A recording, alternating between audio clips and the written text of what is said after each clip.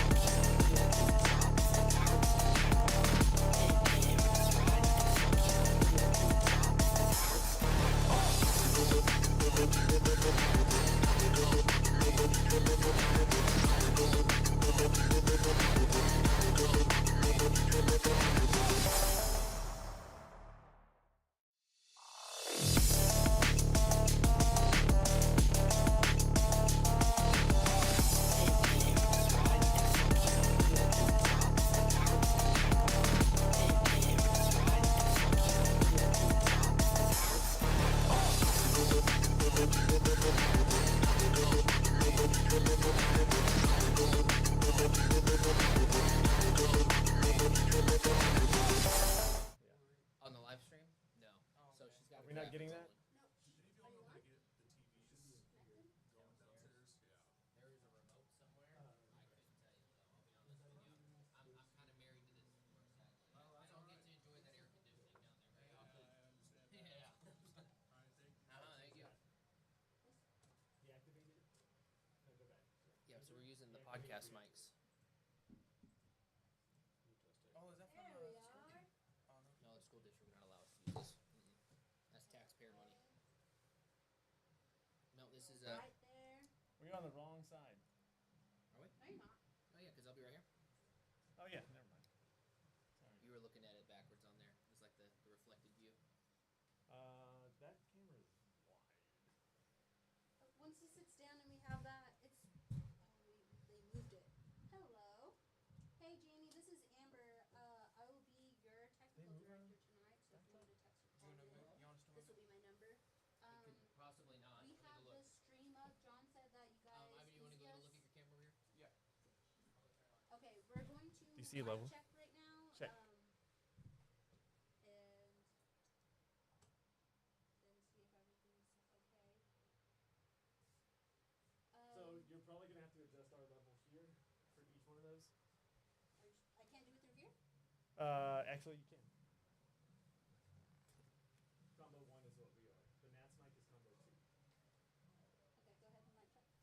Check, mic check. 1, 2, 3, 1, 2, 3. Color commentary. Mic check. 2, 3, 4, 5, 6. Mic check, mic check. Are you 1, hearing 2, John? 3, 4, 5, 6, 7, 8, 9, 10. Check, check, check. Mic check. Still going. 2, 3, 4, 5, 6, 7, 8, 9, 10. Devin is gonna be That way. sounds good. Is it too loud, too quiet? Devin's gonna be way louder than me. 2, 3. Check, check, check. 4, 5, 6, 7, 8. Lowry Field at Plains Capital Park. 9, 10. Mic check. 1, 2, 3. Check, check, check, check, check. Double check. Okay, perfect. Thank you. Check the commercials. Okay, I'm going to play the commercials real quick.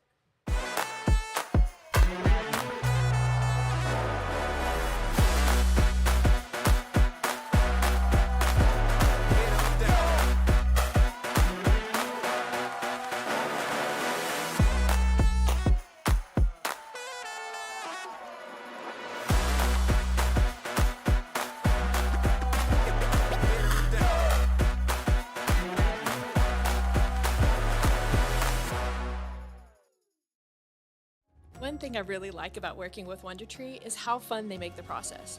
Whether it's monthly strategy meetings or on-site video shoots, they find ways for us to laugh together, all while accomplishing our goals.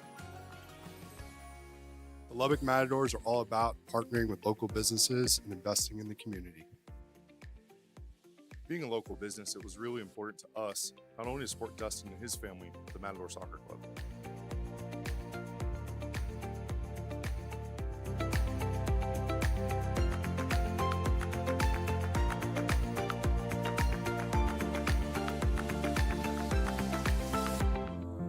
When you hear the word cancer for the first time, suddenly every moment matters. How do I tell my family? Where do I go for the best treatment? At Covenant Health, you're never alone. Covenant's cancer team is made up of the finest oncology specialists in the region, armed with state-of-the-art technology so you can stay close to home for the most advanced treatment available. Cancer care at Covenant Health, because when you hear the word cancer, every moment matters.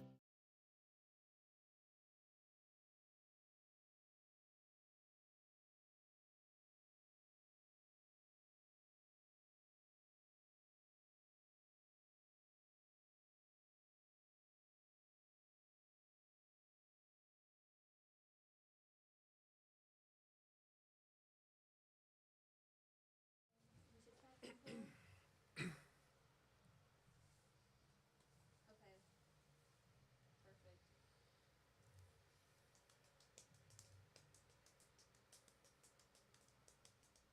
Perfect. Okay. And we're on at 7 sharp? Okay. Perfect. Thank you so much. I will call you in about 10 minutes then. Okay. Bye. Hey, Amber, Yeah. would you punch up cam 2 for me real quick? Yep. It'll be on the, yeah, it'll be on that. Yeah, they're seeing us. Okay. He's not seeing us on his end with his cable. Oh. Which I don't know if that L is actually working or not. We just bought him. Yeah, I just bought it. Monday.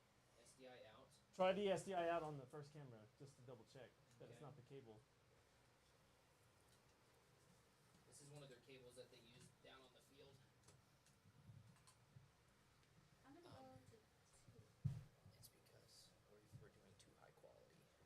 Their machine can't handle Oh, that makes sense. HD. I'm about 95% sure that's what it is.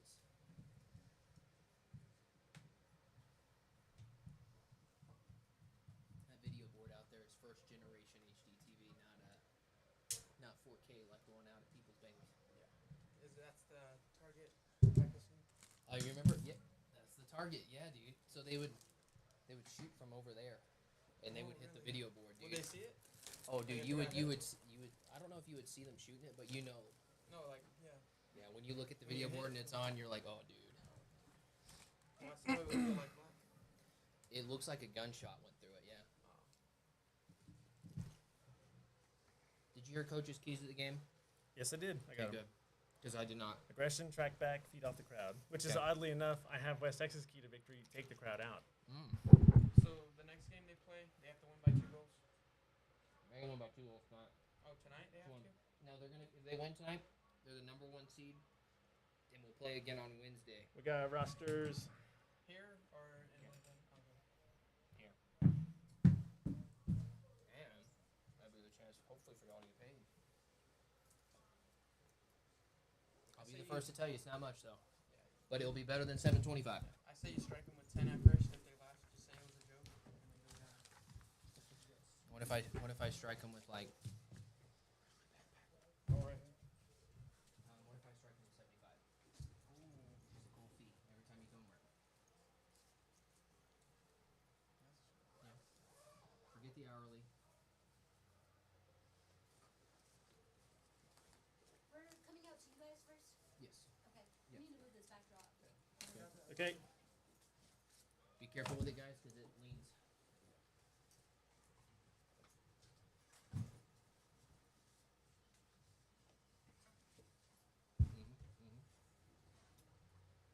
Right there? Yeah. As long as we might have to turn that fan off next to you, Jacob.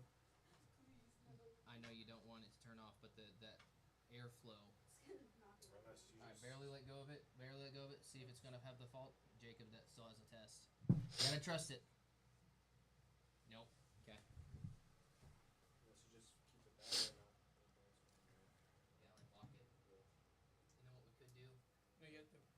up on the thing. Pull up on the little thingy. Yep, there you go. Stop. Okay. I feel like at this point everything's fair game. Nope, nope, nope, not happening. Okay. I think it's heavy enough. Yeah, it's pretty heavy. Or we got some chairs over there. Next item. You just place some. Kind of like leaning up in that chair.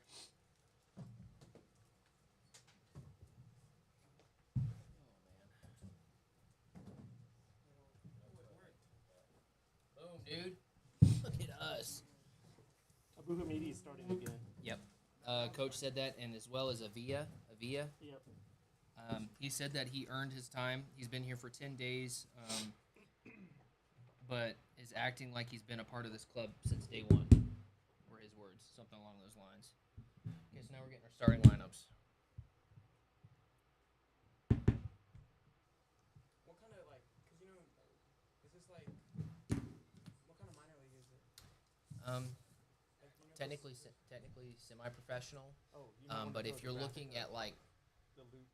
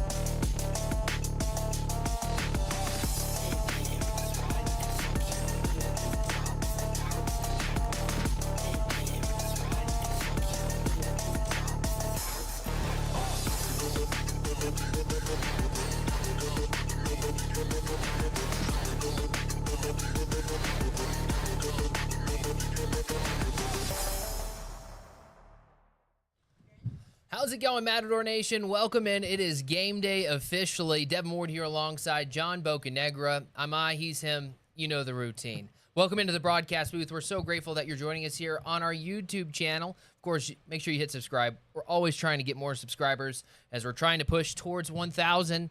You know, my forehead is already large. They say they were going to trim the hair completely off. They were just going to cut you out completely?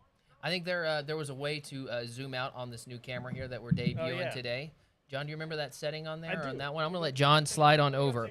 Hey, it's El Dustico. That's basically what you got to know. El Dustico, the biggest game of the year is tonight, the regular season finale for the Lubbock Matadors as they are hosting West Texas FC. 7:40 is going to be around the first kick time as we're live here previewing this game here in the press box. It's a warm one. You know, if you've been here, part of the South Plains here over the last few days, it's been rainy, it's been overcast. See, Coach Dave said that he feels like he is back home in England as I slide over here. It's been raining in the mornings and then warming up throughout the day. Today it is a scorcher. Temperatures is something that you need to know coming into this game. It will be a warm one here on the South Plains. John is over here fixing and making us look good here on the live stream. Arthur saying Viva Matadors and El Dustico in all caps. Want to hear from you, and thank you, Arthur, for hanging out with us during the pregame festivities, the party that was taking place down there on the south side of the stadium. It all comes down to this. That's what I got to tell you. It all comes down to this. It's the last regular season home games, and the stakes, oh yeah, they're really high. From the Lone Star Conference regular season title and hosting playoff games, controlling your own destiny at home, that seems pretty big. And, of course, El Dustico. Arthur said it there in the comments section. This is your local rival, and there's a trophy on the line. West Texas, Matadors, who do you got? We're all excited to see. Starting point for this, though, to get things rolling here on the pregame show as we're getting ready, and John is punching buttons. He's zooming us in and out. I think he's having fun zooming in on me.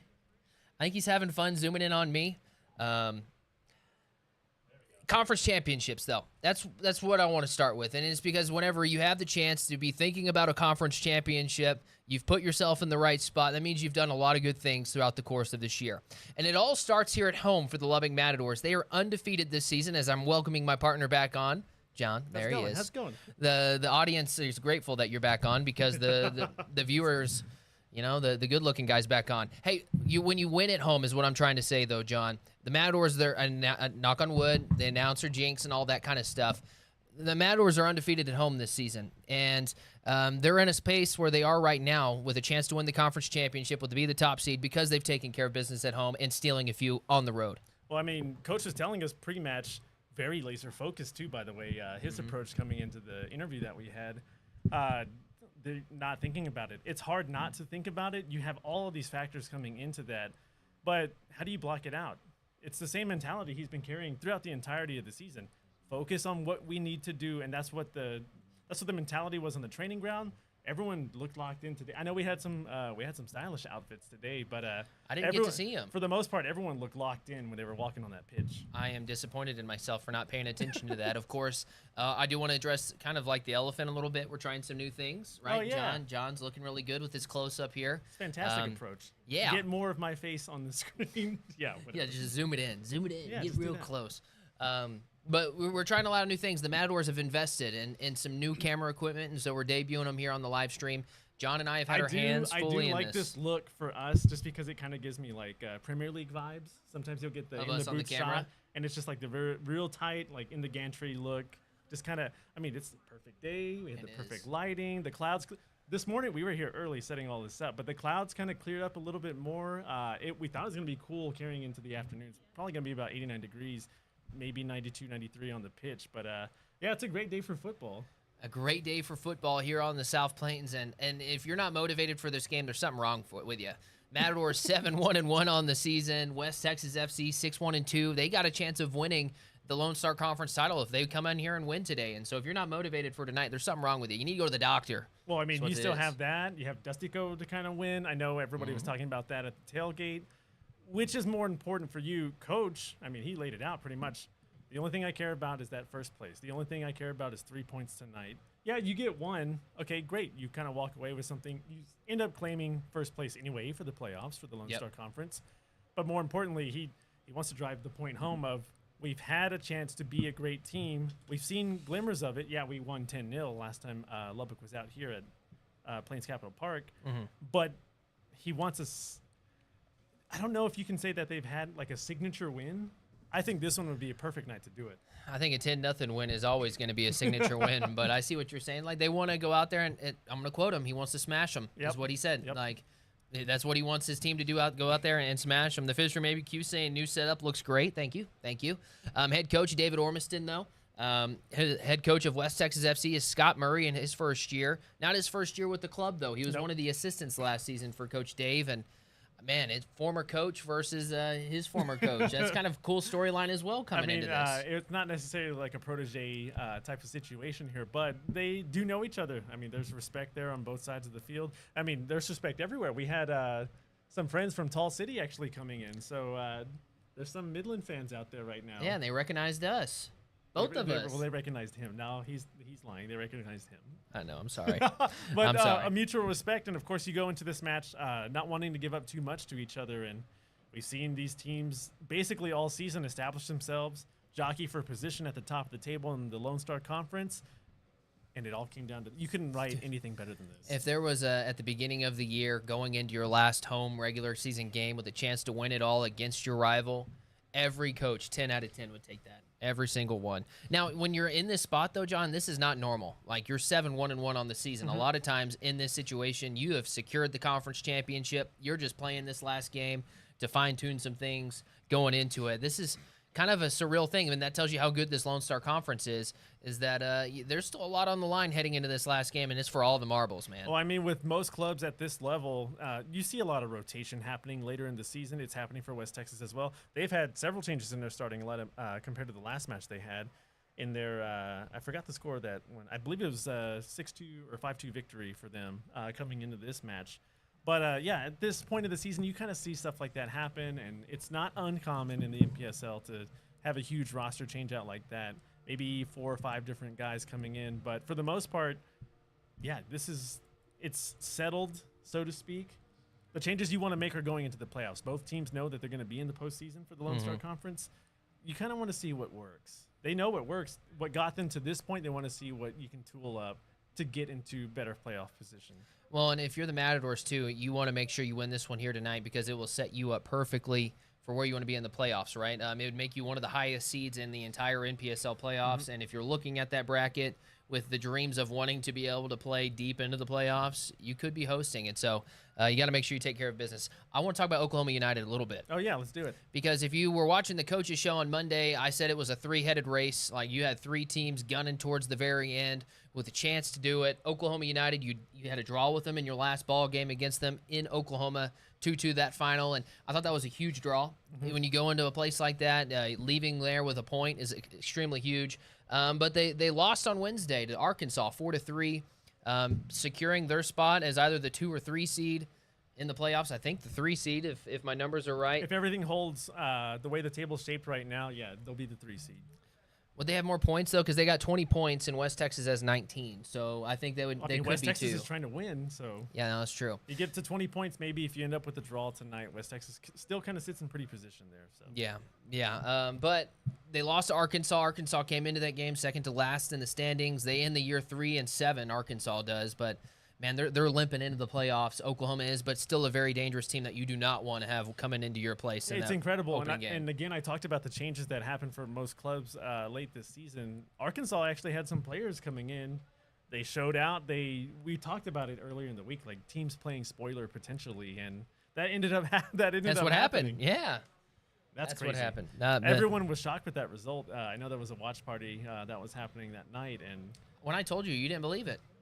You had something you were doing that day. I remember that because I ended up telling you, and you were blown away. I could not believe that was happening. You breaking the news to me, not a new thing for Devin, by the way. No. Off of the wire. But when you told me that, I mean, it kind of blew the doors open for what could happen tonight. Yeah. Of course, big things happening tonight. Do we want to show off some of our new cameras with our camera operators out there? Cameras. Yeah, let's show off some of the new things that the Matadors are rolling out here tonight. 3 camera setup for tonight. You're looking at one of them, and we're sorry that you're having to look at us. I'm not. Actually, he's a handsome fella. He's a handsome fella, and I know your wife loves to see this. The one thing I love to see is comments coming in as well. Arthur saying this is going to be a big match. The West Texas FC fans are showing up. Yeah, they have a good contingency here that showed up for this ball game. Arthur is here tonight too, so he's the word on the street right now. Dude, we got to hang out with him, and he was a fun time. He said he would be commenting and interacting with us while here in IRL. In real life. In real life. There you go. Yvette Nadu saying go Matadors. Of course, she's out in South Africa. And then, of course, Jamie Villarreal, let's go Matadors. I love that. That's the father-in-law right there for me. West Texas FC, though, let's get back to previewing this game as we'll have to take a quick TV break at about 6:25 for my Lubbock audience. We got about 10 minutes. We do. West Texas comes in 6-1-2 on the season, 19 points. They beat you a few weeks back. In their place, 2-1, that final score. And, again, if you're not motivated for this one, there's something wrong with you because this is your rival. And I'm looking for the El Dustico trophy. I'm not seeing it out there yet, but that's going to be oh, yeah, that's what I'm waiting for. Yeah, we'll have to tell our camera operator to get a shot of that once it's time. If you find a gold tumbleweed, you can't miss it. That's right. Go West Texas from Australia, says Frank. Hey. Love to see that. This could be their night, though, right? They're finding their groove. They continue, like at the beginning of the year, they just seem to have gotten better game after game. West Texas FC has, and they're a team that you need to know as well coming into the night. They're going to be a problem. It always seems to be, hey, West Texas is going to be around, and it's not necessarily a little brother syndrome. It's I'm in your rear view. You better watch out. A T1000 situation. If you're a Terminator 2 fan. Okay. It's just always you don't remember? No, I know. Running up. He slashes into the trunk there. Hey, the video seems more crisp tonight. One of the comments coming in. That's what I like to hear. That's what we wanted to hear, honestly. Yeah, we are shooting in higher definition tonight. Full HD. You deserve it. The fans, you deserve it. You deserve it. That's exactly right. So thank you for that nice comment. Looking at the record, it's been a solid year again, 6-1-2. Goal getters for the West Texas team. They've scored 27 this year. 14 of them come from Anton Marquez and Alberto De Miguel. Oh, yeah. That's one of the players to watch I had listed in that there. We'll get to the starting lineups probably a little bit. Yeah. Within maybe 5 minutes. Oh, and that might be your surprise coming off the bench right there is one of those two. Continuing on. Sub, yep. Yeah. Continuing on, Cole Weathermuller and Gabriel Villeneuve. I hope I said that one right. Have 3. Leonardo, Adam, and they both have 2 goals, and then 3 players have 1. 27 goals on a season, John. That seems like a pretty great average when you think about it. I mean, I would take that if I were them, too. I'm not a math major, but that's like 3 a game. They earn every bit of those, too. Yeah. SYC Light says, Vamonos, West Texas from Scotland. I like that. And then Frank says, I'm the father of Ryan, player for West Texas. Hey. Oh, you love to see it. I apologize, Frank. I'm not going to be able to say your name right all night, but I'll give it a go in probably just a few seconds. Goal getters for the Lubbock Matadors this season, because we have a lot of West Texas fans tuning in. Jack Thomas and Momo, they both have 7 goals this season. Fabi Wagner and Jamal Williams, they have 3. Jamal has come along late lately, and he has been really finding the back of the net. 7 different Matadors, they all have 1 goal. Adam Abu Hamidi, Stefan Rube, Theo Butterworth, Evan Howard, Lud Clausen, Mateo Mefrancu, and Mesfin Roda. They have all found the net this season. A lot of different players have scored, and a lot of those players came in that game where you won 10-0 against Houston. You got to see some defenders starting to score, which was really cool. I think it's better for a team to have a balanced approach like that. And also, if you're a keeper and you're seeing all these balls fly in from all over the place pretty much, it's who's going to score? What time is this team going to find an opening on me? Something like that. It just gives you something else to think about when more than one person can do it. See the West Texas team, the fans showing up wearing their yellow kits and bringing a flag, which is really cool. El Dustico in the top right corner of your frame, I believe. Oh, yeah, I see it. With the general manager, Dustin McCorkle, showing the trophy right next to him. I think we're about to see some cool camera movements if we are. Let's see it. Let's see what our camera operator Ivan has in store for us. Push, go. Do it. You can do it. You can do it. I'm looking to see it. Warrington Udon, Lubbockite, and Westerner checking in from Thailand. That's really cool. That's a time difference I don't know I could even imagine. It's already tomorrow over there. I know that. Yeah. I know that. That's a good 8-hour difference. 6 hours, actually. One thing that I always like to look at is yellow cards. Yellow cards this season, of course, depending on what game it is, are brought to you by somebody. I think tonight it's by Mears Pest Solutions. They are the presenting sponsor for tonight. Thank you to Mears Pest Solutions. Some really cool giveaways. They gave away this. I want to make sure it's far enough back So they gave out fans to the fans. I'm a big fan of it. I'm not going to lie. It's no longer Father's Day, though. The last game was like right after Father's Day, and so I thought I had the green light to be able to do that. Yeah, I think it's a great night for it because it's hot. I mean, it's humid more than anything. I know that we have one of the tifos out there that say it's a dry heat. It's a sticky heat tonight, Yeah, to say the least. I'm sweating, and it's been rough. They also gave away these awesome cups. Let's give it another look. This one's presented by Beaton Bow Homes.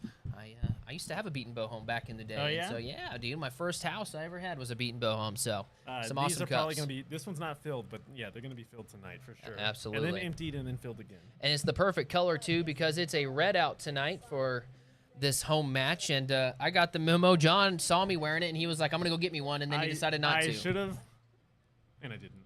Just so busy this week. It's been a busy. Dude, we've been busy. Leading up into the match, not only with everything that we've been a part of, but just the community in total too. I know everyone's been active just all over the place, and there's as busy as the week was, as heavy as this match can potentially be. The Matadors are still on the community, and because of fan appreciation of it being fan appreciation night is why I'm bringing that up. Like, it just goes to show you get out of the effort that you put into everything, and it's reciprocated with the club. So fan appreciation night, of course, is one of the favorites every year, right? Because without the fans, we're nothing. And I think the Matadors they know that, and we know that. We know that without y'all's support in the community, which thank you to y'all for tuning in and being so nice to us and gracious to us, that we're nothing. And so they're going to do a lot of giveaways tonight. They're going to do a lot of fun things that keep the fans engaged and keep it fun for everybody that comes, for all ages. So I'm excited to see what kind of giveaways they do. I think they were giving away free food at halftime. That's the rumor I heard. So I don't know. That's maybe. something I like to hear. I like free food. So it's a red out. It's fan appreciation night, and it's going to be a big night. Of course, it was a big week for the Lubbock Matadors. They had their future signing that happened, and I thought that was really cool that they signed over 200 kids in our region from ages 5 all the way up to 17. And they're investing in the Lubbock community and the youth here, trying to build a program to where maybe one day one of those kids can play for this club. I mean, that's a huge cultivation of talent that you want to get for this future. Hopefully, we'll see some future Matadors homegrown. I know we have one, but some homegrown Matadors just coming through the program here. And, I mean, even if they don't end up here, probably bigger and better places elsewhere. I think that's fantastic. And I've never, in my years of soccer, I never would have thought I would have heard of Lubbock having something like that. Never. Well, and they're about to do their pregame festivities out there with the kids going out there and being a part of the game day experience. If you want to be a part of this, make sure you sign up your kid for one of the Matador soccer camps. My little boy is going to be out there today. And I think he brought an entire section of fans to come watch him just do this little part out here, John, which is really cool.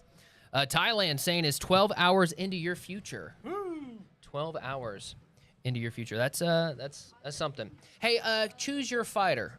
That's the question I got. Who do you got, John? That was the question asked by the social media team this week to our guys. And a fun and unique video that was captured out at Burl Huffman. It was Coach Dave and Coach Jake Willits versus Coach Kata and Coach Roby. Okay, so if two of them, it was 2 versus 2 battle. Who would you take in that, John? Oh, I don't know. I might have been standing next to Coach Jake whenever I was talking to them about it. Yeah, give me Coach Ormiston and Jake. No, I don't do. So all the players were leaning towards Coach Kata and Coach Roby. If you've ever seen Coach Kata, he's a well-built man. He lifts weights. He takes care of himself. He's that guy that like meal preps for an entire week because he's that focused in on making sure that he's healthy. And I can't approve that he did do that. I need to start doing more of that, actually. I need to be better about it. But I would take Dr. Willits. I'm so sorry. Not Dr. Willits. I'm not taking Dr. Willits. Oh man. Of course, Dr. Willits, Jake Willits. He's been one of the right-hand mans for Coach Dave Ormiston for quite some time, and he's earned his doctorate with Coach Dave. And so, but I'm not going to take Dr. Willits there. That was a fun story, man. That last coaches show you did was just incredible. With the assistant coaches. Oh yeah, dude, there was so much. And if you they're missed all it, buddies. you can watch it again on the Matadors YouTube page. You know what? You're exactly right. And I just panned over and looked at the time, John. We are running low on time on our YouTube pregame show. So in a few moments, we're going to take a quick break, and we're going to get ready for our My Lubbock TV audience as we're getting ready for First Kick. First Kick is going to be coming to you right around 7:45. I do want to mention our presenting sponsor for tonight, Mears Mazda Volvo, Lubbock's locally owned luxury dealership. Since 1971, they've been helping our friends and everybody through the process of trying to buy a car. It can be such a headache sometimes, but not out at Mears. They'll take care of you. Go see our friends off of Spur 327. When we return, we have First Kick, starting 11, all the things as we welcome in our My Lubbock audience. So stay with us. We'll be back right after this on the Matador YouTube channel. The Lubbock Matadors are all about partnering with local businesses and investing in the community. Being a local business, it was really important to us, not only to support Dustin and his family, but the Matador Soccer Club.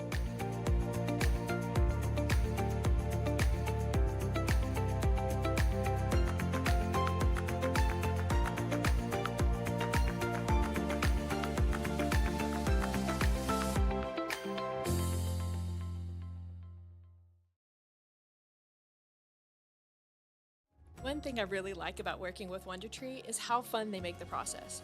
Whether it's monthly strategy meetings or on-site video shoots, they find ways for us to laugh together, all while accomplishing our goals.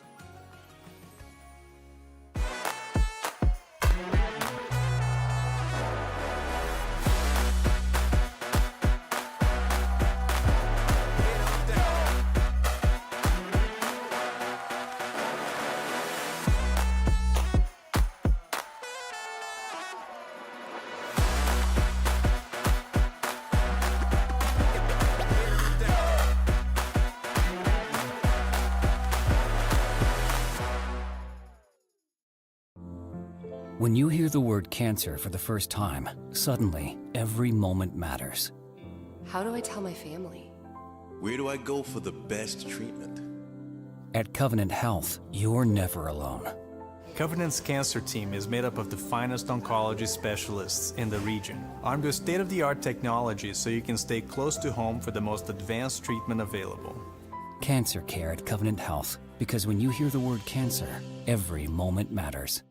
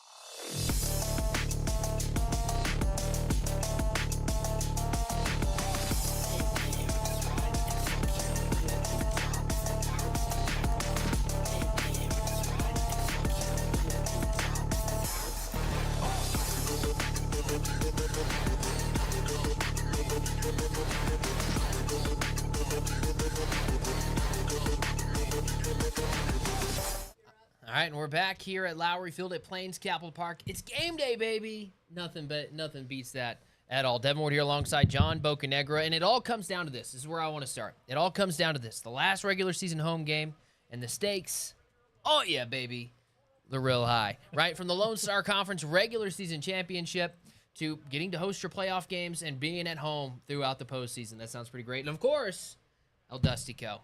The storylines are insane, and we are glad that you are going to be a part of it as we welcome in our My Lubbock audience here back out to Lowry Field at Plains Capital Park for the last regular season home game of the season. I can't believe, one, that we everything said everything happened the way that it did to shape up into what's going to go into tonight. And it's going to be 90 minutes of exhilaration. It's going to be 90 minutes of intensity. It's going to be 90 minutes of pretty much edge of your seat action, I think, for us. Absolutely. I'm ready to get rolling, and we're glad that you're a part of it, and we're glad that we're getting comments here on the live stream right now. Joe saying, let's go Matadors, and of course, many more. I'm excited to be able to hear for those in just a few moments. I'm looking down there on the field right now. We're getting ready for some of the kids to be able to run out there on the field and be a part of the pregame pageantry of it with the FIFA song and all the things, John, and this is probably one of my favorite parts of seeing the kids out there. And again, we talked about community in the pregame show for the Lubbock Matadors. This is another one of those moments where they're all in on the community and being out there with the kids. I enjoy, the pregame. Give me some tailgate action. Of course, we always get out there every year, every night. Well, I'm like, where's he going with this? Because it's every time. Almost. How long have we been doing this together now? 3 years? Yeah, dude. Ever since Lubbock Cooper, man. But it's fun to get out there. It's a great environment for families. I saw a friend of mine, shout out to Tiffany, and her bringing her husband, her kids out here. They love it. Everything here is just, it's a great environment to be in because it's something that they created. Since day one, it's like, this is the thing that we know we want to do. And they're doing it. They're doing it. And the Matadors have been doing it at a high level since day one, right? They've been competing for playoffs. They've been in the hunt for a lot of things since day one. And it's been because of their commitment to being great and trying to set the standard and do all the things. It's been so fun. And if you haven't been to a Matador game, what are you doing? This is so much fun. They're watching us. So that's what. You know what? I'm thankful that you're watching because without your support, again, it's Fan Appreciation Night, and we appreciate you supporting us because without y'all, we wouldn't be up here doing this. And the Matadors wouldn't have invested like they did coming into tonight. Mm-hmm. This is the thing that I love most about the club is people love winning. Lubbock's not known for, it's not like national championship city. No, but we're a city that wins. And that's what the Matadors have been doing for quite a while now. 3 years running. Season 4, dude. This is season 4. 3 years running. Rough start in first season, but coming in second, third, fourth year, it's just Lubbock has established themselves, and there's a pedigree. That's what it kind of took to get some of the players here. It wasn't even that hard to recruit. Hey, Lubbock has a tradition of winning. You want to be a part of this, and you're going to be a part of this if you play this. And we've seen what kind of led into the roster beginning the season until this last home game here. It's winning, and these guys are ready to win. Yeah, starts at the top with the general manager, the ownership, and all the things willing to invest in wanting to win. And the Matadors have done that. In that first season, they were just on the outside looking in of the postseason. Year 2, they made a great run all the way to the conference championship game against Brownsville, I believe. Mm-hmm. And then last year, they were just short on making the playoffs. As of right now, they've secured their ticket to the playoffs. Where will they be at in the playoffs is what my question is, right? And that's where we're going to find out tonight. What we do know is that Oklahoma United is not in the running to get first anymore. West Texas and the Lubbock Matadors, this is it. This is like if you win here tonight, you're going to be in first place heading into the big dance. Huge implications coming into this. There's everything on the line. There's not anything that you want to shy away from. The moment is big, and I believe that's what Coach Ormison was preparing everybody for. Don't worry about everything else. Just do what you're supposed to do. Do your job, basically. Well, you could tell the moment's big because the crowd is big. Yeah, it's growing. Ever since we started the YouTube show, it's getting there. Yeah, it's getting big. We do have to take a quick commercial break, though, on My Lubbock TV. So when we return, we'll get your starting 11 and the coach's keys to the match presented by Mears Mazda. Stay with us. We're live here at Lowry Field at Plains Capital Park, and we'll be back with more right after this. The Lubbock Matadors are all about partnering with local businesses and investing in the community. Being a local business, it was really important to us, not only to support Dustin and his family, the Matador Soccer Club.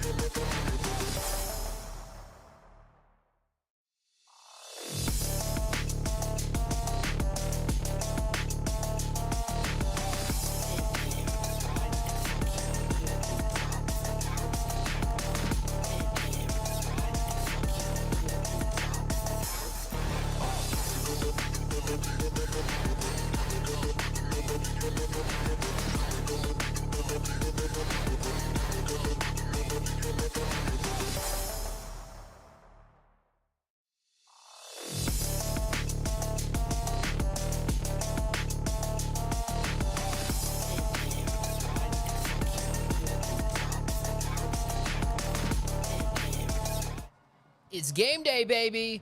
Woo! We're excited to have you back here joining us here at Lowry Field at Plains Capital Park. Today's broadcast is sponsored by Mears Mazda Volvo, Lubbock's locally owned luxury dealership.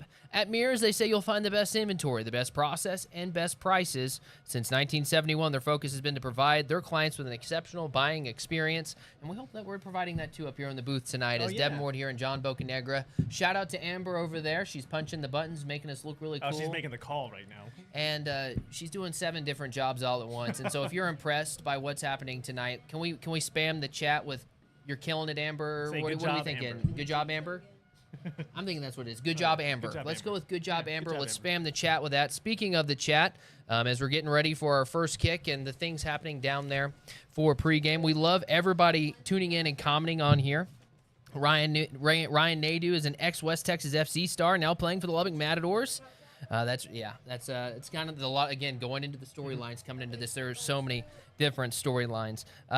Montse saying let's go West Texas. Spain watching. Ashley saying let's go West Texas. I love seeing the West Texas fans. You know this is a rivalry game, but as a broadcaster, you love seeing all these different people letting us know that who they're rooting for. We love seeing this too. Vamos Matadors. Let's go broadcast dream team. Thank you.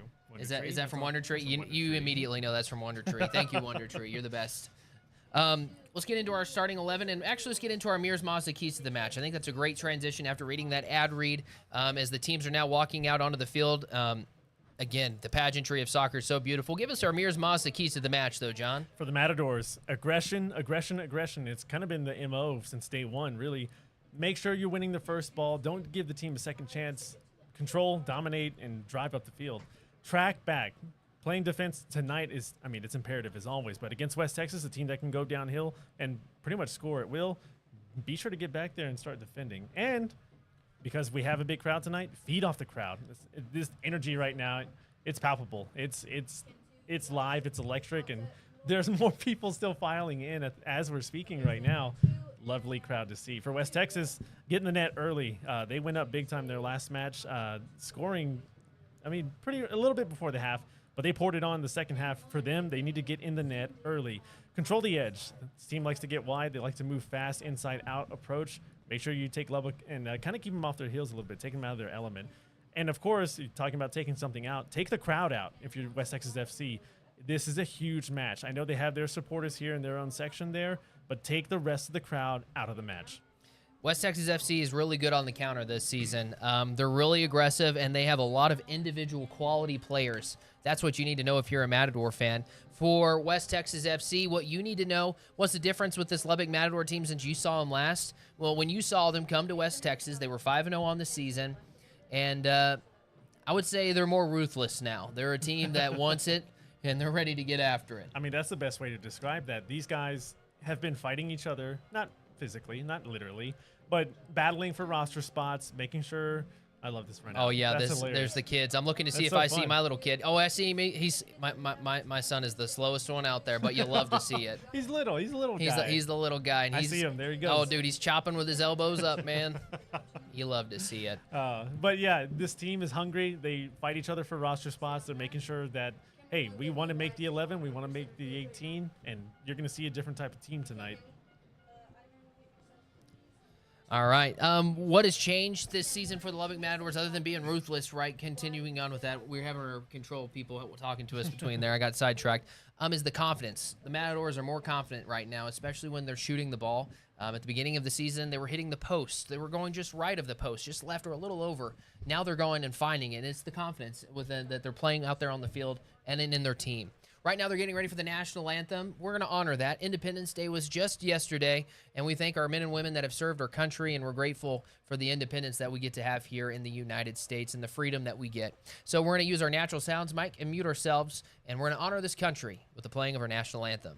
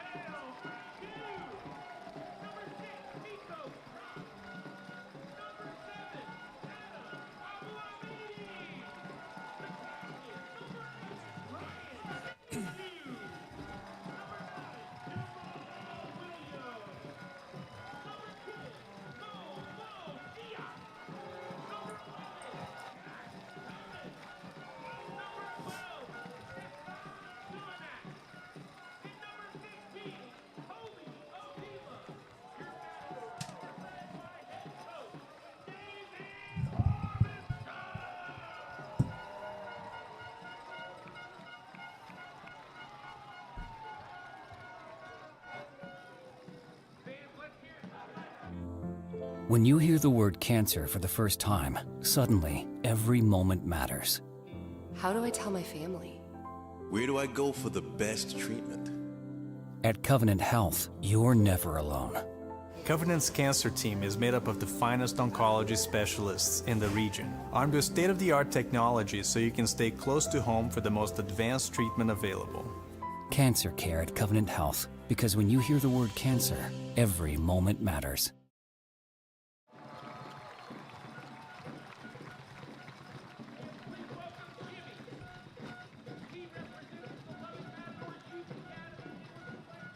All right, we're officially back on the air on our YouTube side of things. Waiting to get back on the air on My Lubbock TV. Once Amber gives me the cue, we'll welcome everybody back on that.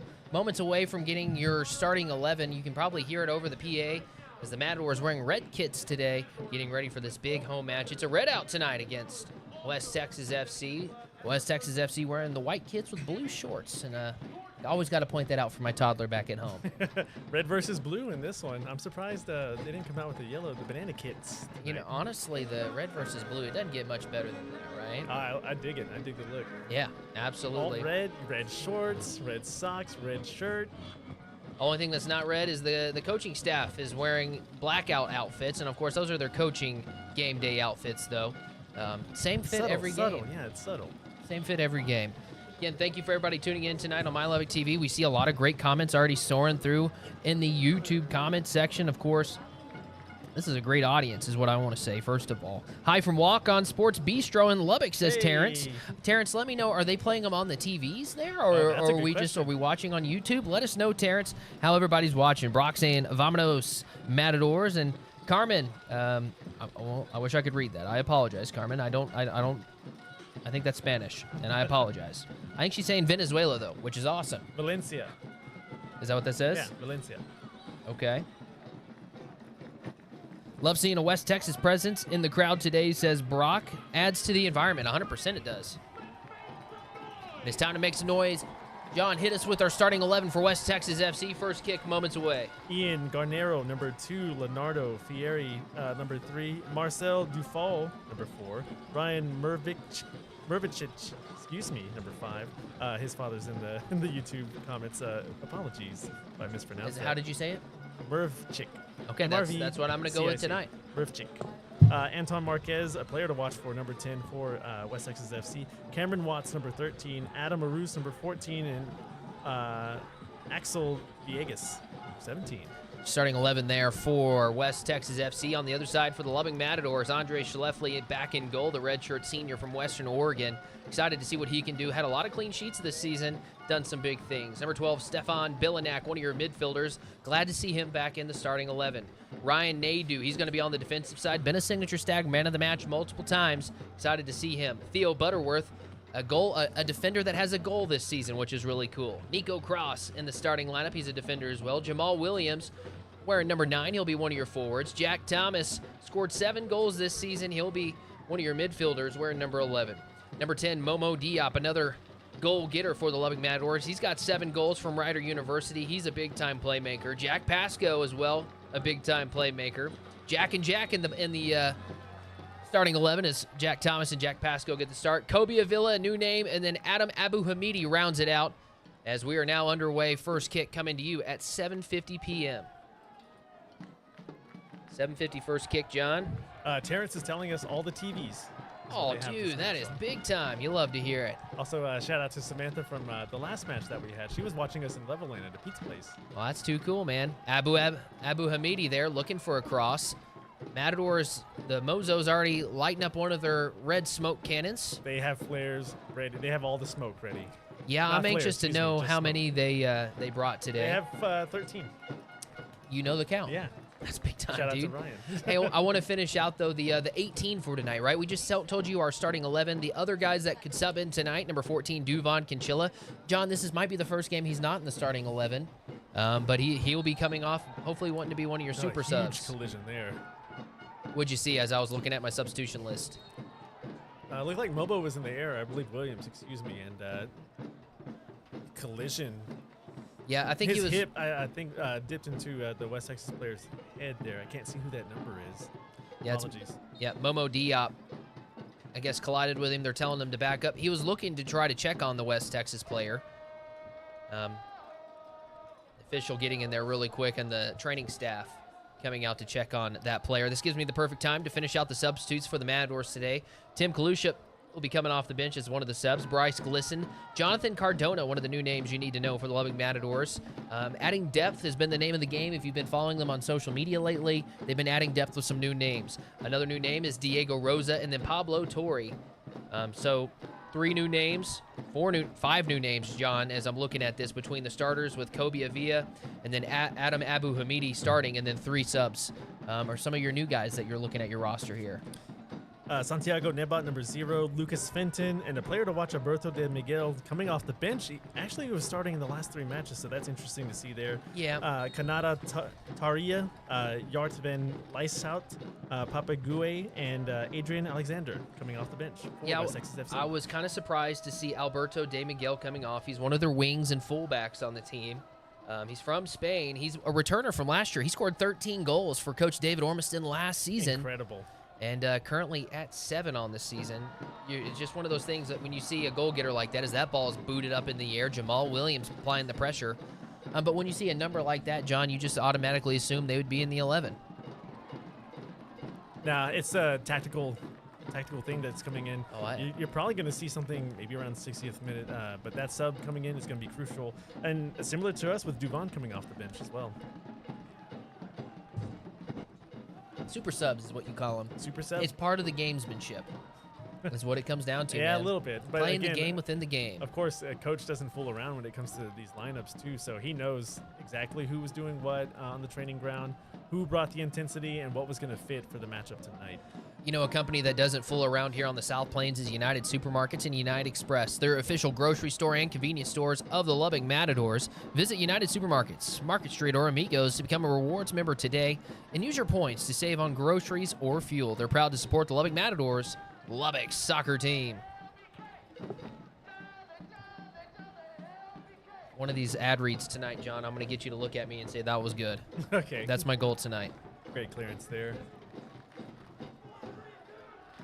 The ball crew wearing Whataburger gear, it looks like, with the orange, as they're going to chase that one right there.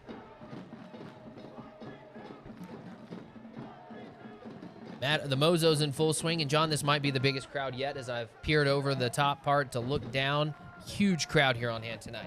I know we usually wait until postgame to get the numbers for that, but I'm pushing for it at halftime. Yeah, it's got to be at least 5K right now. Of course, it's fan appreciation night. A lot of giveaways happening. Gave away some fans, gave away some water bottles, which is actually perfect for today because it's scorching. Villanag passing back there to Schleffly, kind of resetting the offense here. Again, you have 3 in the back. Lubbock doesn't really have a proper shape, if you want to say something like that, but it's like an amoeba. It can take any shape, really. That's the kind of, but coach likes to have a shape and a formation and moving it the proper way, right? I mean, it changes, and it all depends on what the team is giving you in front of you. Right. Yeah, what they're presenting to you, opportunity-wise. It's not set in stone. Just like this roster, it's not set in stone. No, that's right. Yeah, it changes, shuffles. Speaking of some of the guys that have shuffled in today, Jack Pasco. They did a get-to-know-you as they're coming here on this near side. The ball will roll out of bounds, and it'll be a goal kick. Garnero looking great turn in the middle there, but looking towards the edge. Again, I talked about that being one of the keys to victory is number 1 is tracking back, and that's Keegan Grant. So let's do a get-to-know Jack Pasco since he made his way back into the starting lineup.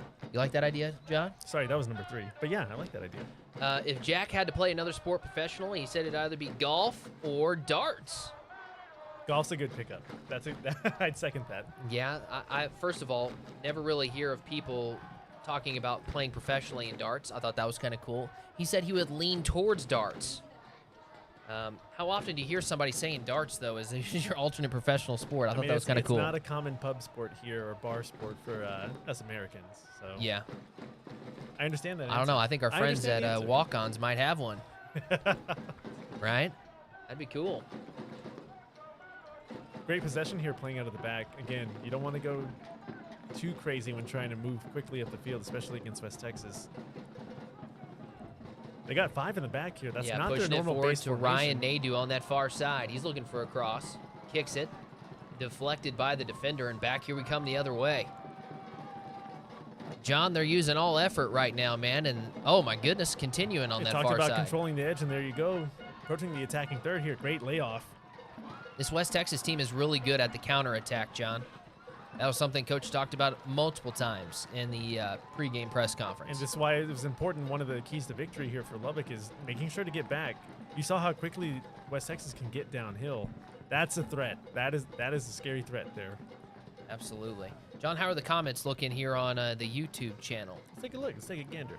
Yeah, let's do a discount double check. Liz Luna, let's go West Texas FC. Shout out to you.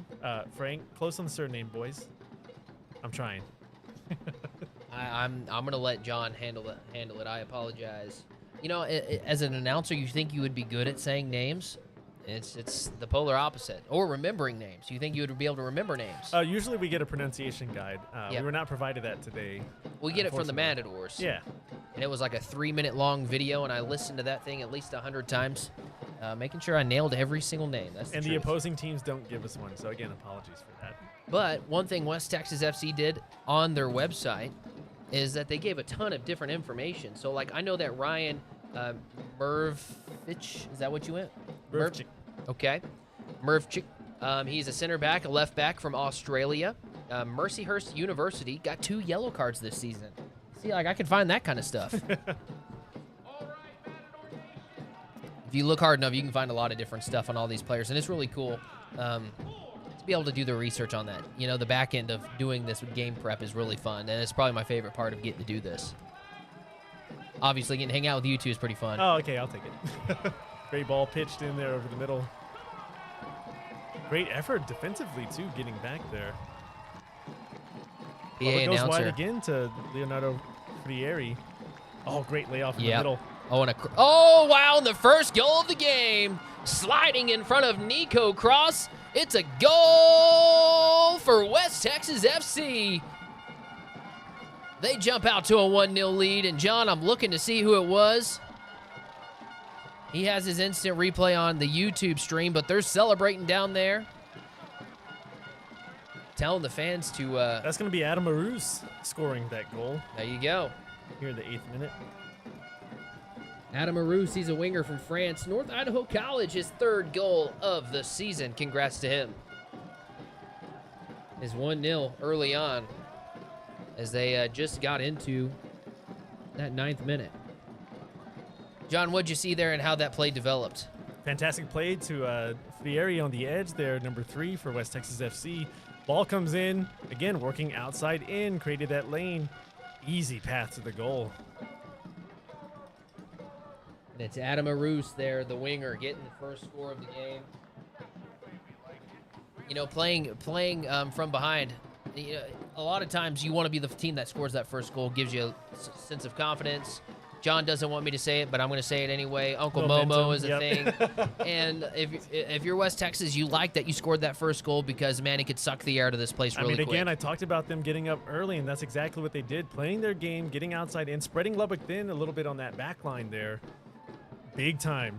Okay, I'll admit defeat here with the momentum part of it, but yeah, that was momentum. That's a good swing for them right there. Oh my goodness, did he just say that? Matador Nation, you heard that. You heard that. I shouldn't have said that. I'm never going to hear the end of this now. No, you're not. Good control here by West Texas, pushing up the field. Taking their time with it, too. You know, John's a man of integrity. He's gonna hear about it for a long time. And a company that's full of integrity is Raider Pump and Supply. They say where integrity meets hard work and dedication. Raider Pump and Supply, where our pumps actually suck. That was not it. I'm trying for the John seal of approval on an ad read tonight. It's gonna happen. LBK over there on that far side in the stands with all the different flags, and they say it's a dry heat here on the South Plains. That's what the sign says.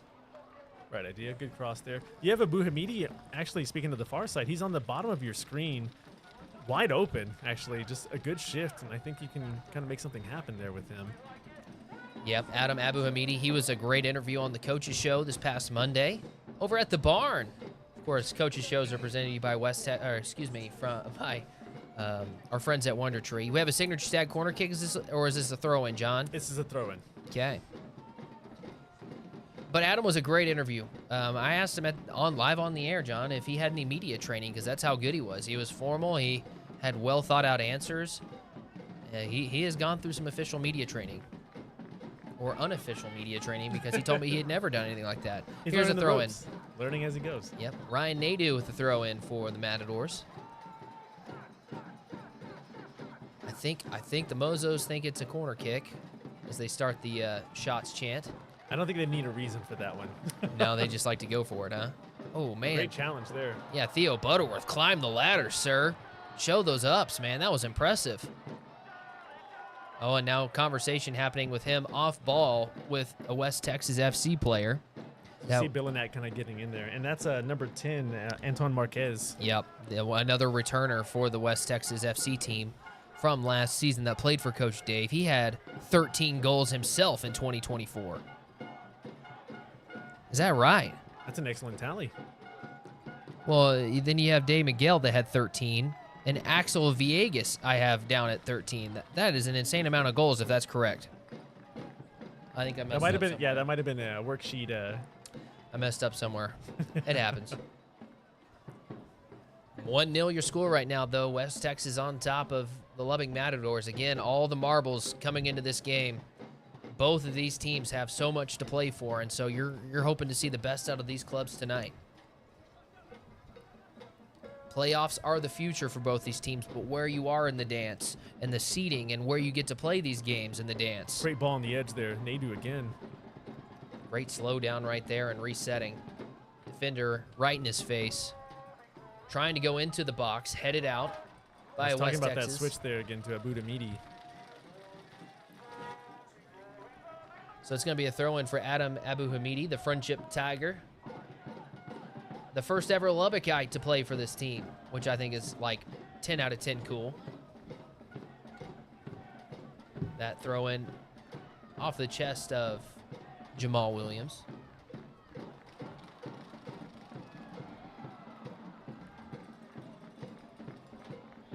And that ball getting moved around and a whistle on the play. Again, trying out some new things tonight. We're grateful that a lot of people are tuning in tonight. We're trying to push for a new amount of subscribers on YouTube. Yes, we do it every time. We're going for a season total this time. Oh, great turn there by Adam. Oh, and leaping over the sliding defender, trying to do it again. The third time's the charm as that ball gets rolled out of bounds, and we'll have a throw-in. Coming in tonight, got 730 subscribers here on the YouTube channel, John. Let's set a goal, and let's set a number to get to because we do this every single game. Let's go 750. Is that too low? Comment here from the fans. I apologize. I'm reading the comments here. Peter wants to know if we could do less zoom on the transmission. Kind of dizzy. So I'll relay that to our camera operators by doing that. I think he's talking about Cam 1. So thank you, Peter, for letting us know.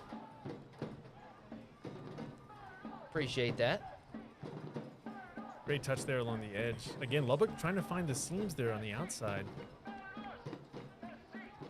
Newcomer there, Kobe Avila, getting the ball there. Great switch. Coach said that he's been here for 10 days, Kobe has, and has kind of just fit right in. You know, he's a guy that seems like he's been here all year. I saw him out at the kids' camp this week, which was really cool, seeing all the guys out there interacting with the kids. That ball might have been deflected off of Jamal. It says it was. They say it was not, and we're going to get our first signature stag corner kick. Signature stag, your one-stop man shot.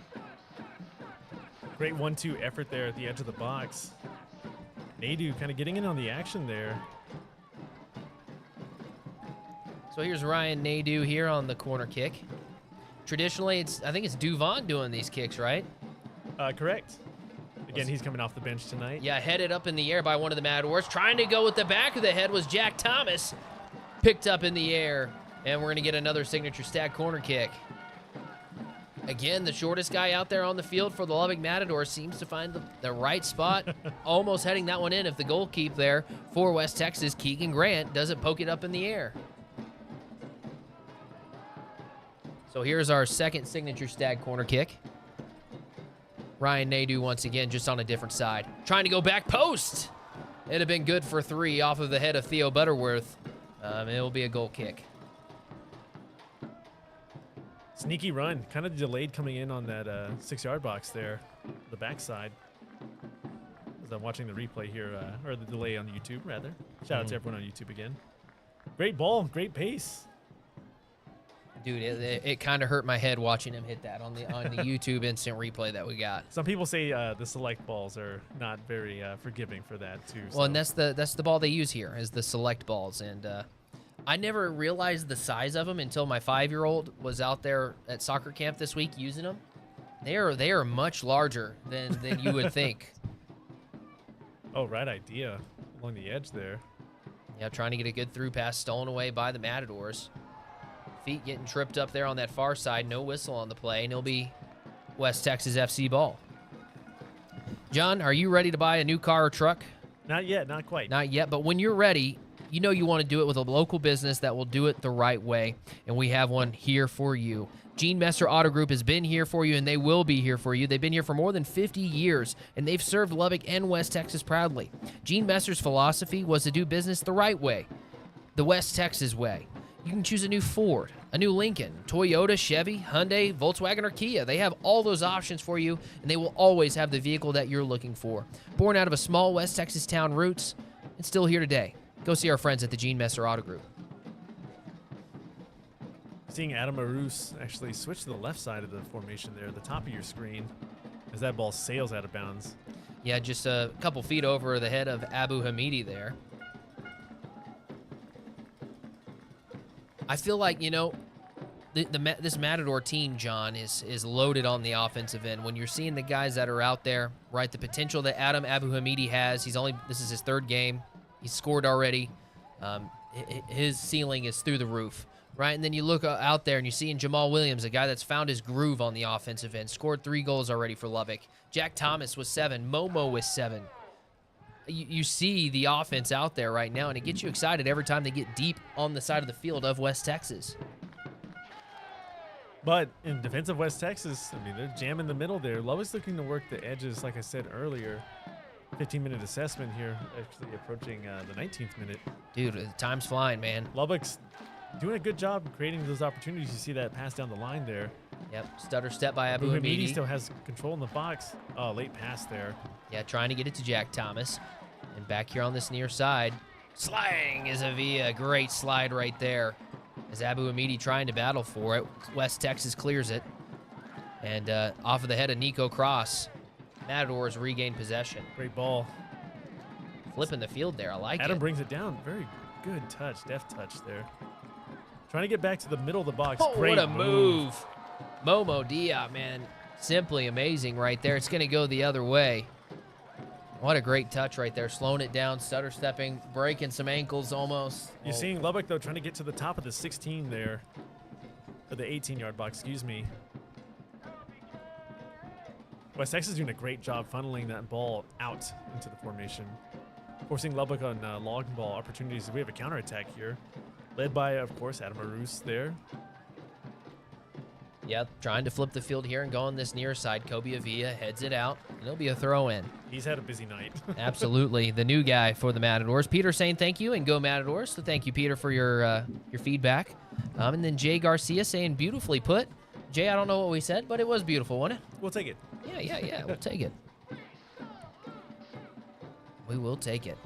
So here's your throw in here for West Texas FC. Marcel Defoe with the throw in. That was Axel Villegas, actually. 17? Yes. Okay, did I have the wrong number down? I had Axel down as number 4. I have him at 17. Shout out to Squatty. Oh, and you hear the fans cheering, getting excited. Coach Dave looking for a call, fired up. Oh, the foul going the other way. It's going to go the other way. You see all of the conversations happening, and West Texas is quick to get that ball back out there. That's the smart play right there if you're West Texas. Don't allow any time to let this thing stir or brew into anything. Just get back and get going. Yep, just go. Their approach has been a little bit slower ever since that goal in the 9th. No downhill approach here, just very methodical passing. Not surgical, not quite. Lubbock is able to apply some pressure, as you see here. Great switch. I like that. Methodical, not surgical. Not quite surgical. Yeah. bingo card of the game right there. That I would use that as your free spot because that was not going to make the cut. Possession back with Lubbock. All right, here come the Matadors here on this near side. Again, resetting with Kobe Avila. I haven't officially introduced him yet. He's a defender, senior, 6 foot, from Northwest Nazarene University from the States. Yakima, Washington is his hometown. He's from the Northwest, John, and the weather the last few days here on the South Plains has probably been eerily similar to it.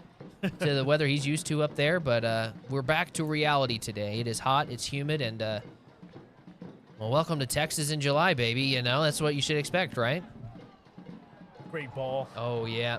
Looks like Adam was not quite ready for that. I think the offsides would have gotten him if he would have gotten to it, right? Potentially. No, it looks like he was. That's probably why he wasn't able to get to the ball. Just kind of hanging back just in front of the defense there. Watching the playback here on YouTube. And again, Kobe's just getting some touches tonight. No, that was actually a great pass. Adam was just not ready for it as he gave a thumbs up. Yeah. Sometimes people aren't ready for digestive issues, right? And if you do have some digestive issues, listen up. Crohn's, IBS, or acid reflux, GI Alliance is not just the nation's leader in gastroenterology. They're also the forefront of groundbreaking research to improve treatment options for patients just like you and me. Their expert doctors are leading clinical studies to advance care, and you could be a part of it, whether you're looking for new treatment options or just wanting to help shape the future of GI health. Our friends at GI Alliance want to hear from you. Find out how you can participate in a research study today. Visit GIAlliance.com and take control of your digestive health. West Texas trying to force that long ball just now before Lubbock gets possession back. An easy turnover. Possession going back to West Texas FC. You're seeing Lubbock kind of hang back just a little bit deeper. Almost sitting on their own 18. Stolen away by the Matadors. Got a little bit of numbers right there. Oh. Crawling all over the back of Jamal Williams, and we got a yellow card. This yellow card is brought to you by Mears Pest Solutions. Pests don't stand a chance with Mears Pest Solutions. From mosquitoes to rodents, you got your home and business covered safely and effectively. Call Mears and don't just control your pest problems.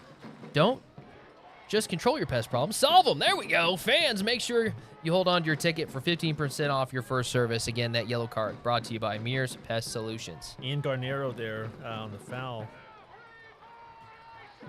And this is Momo a dangerous... looked like he was about to break out, and some would say it's a smart foul, not necessarily intentional.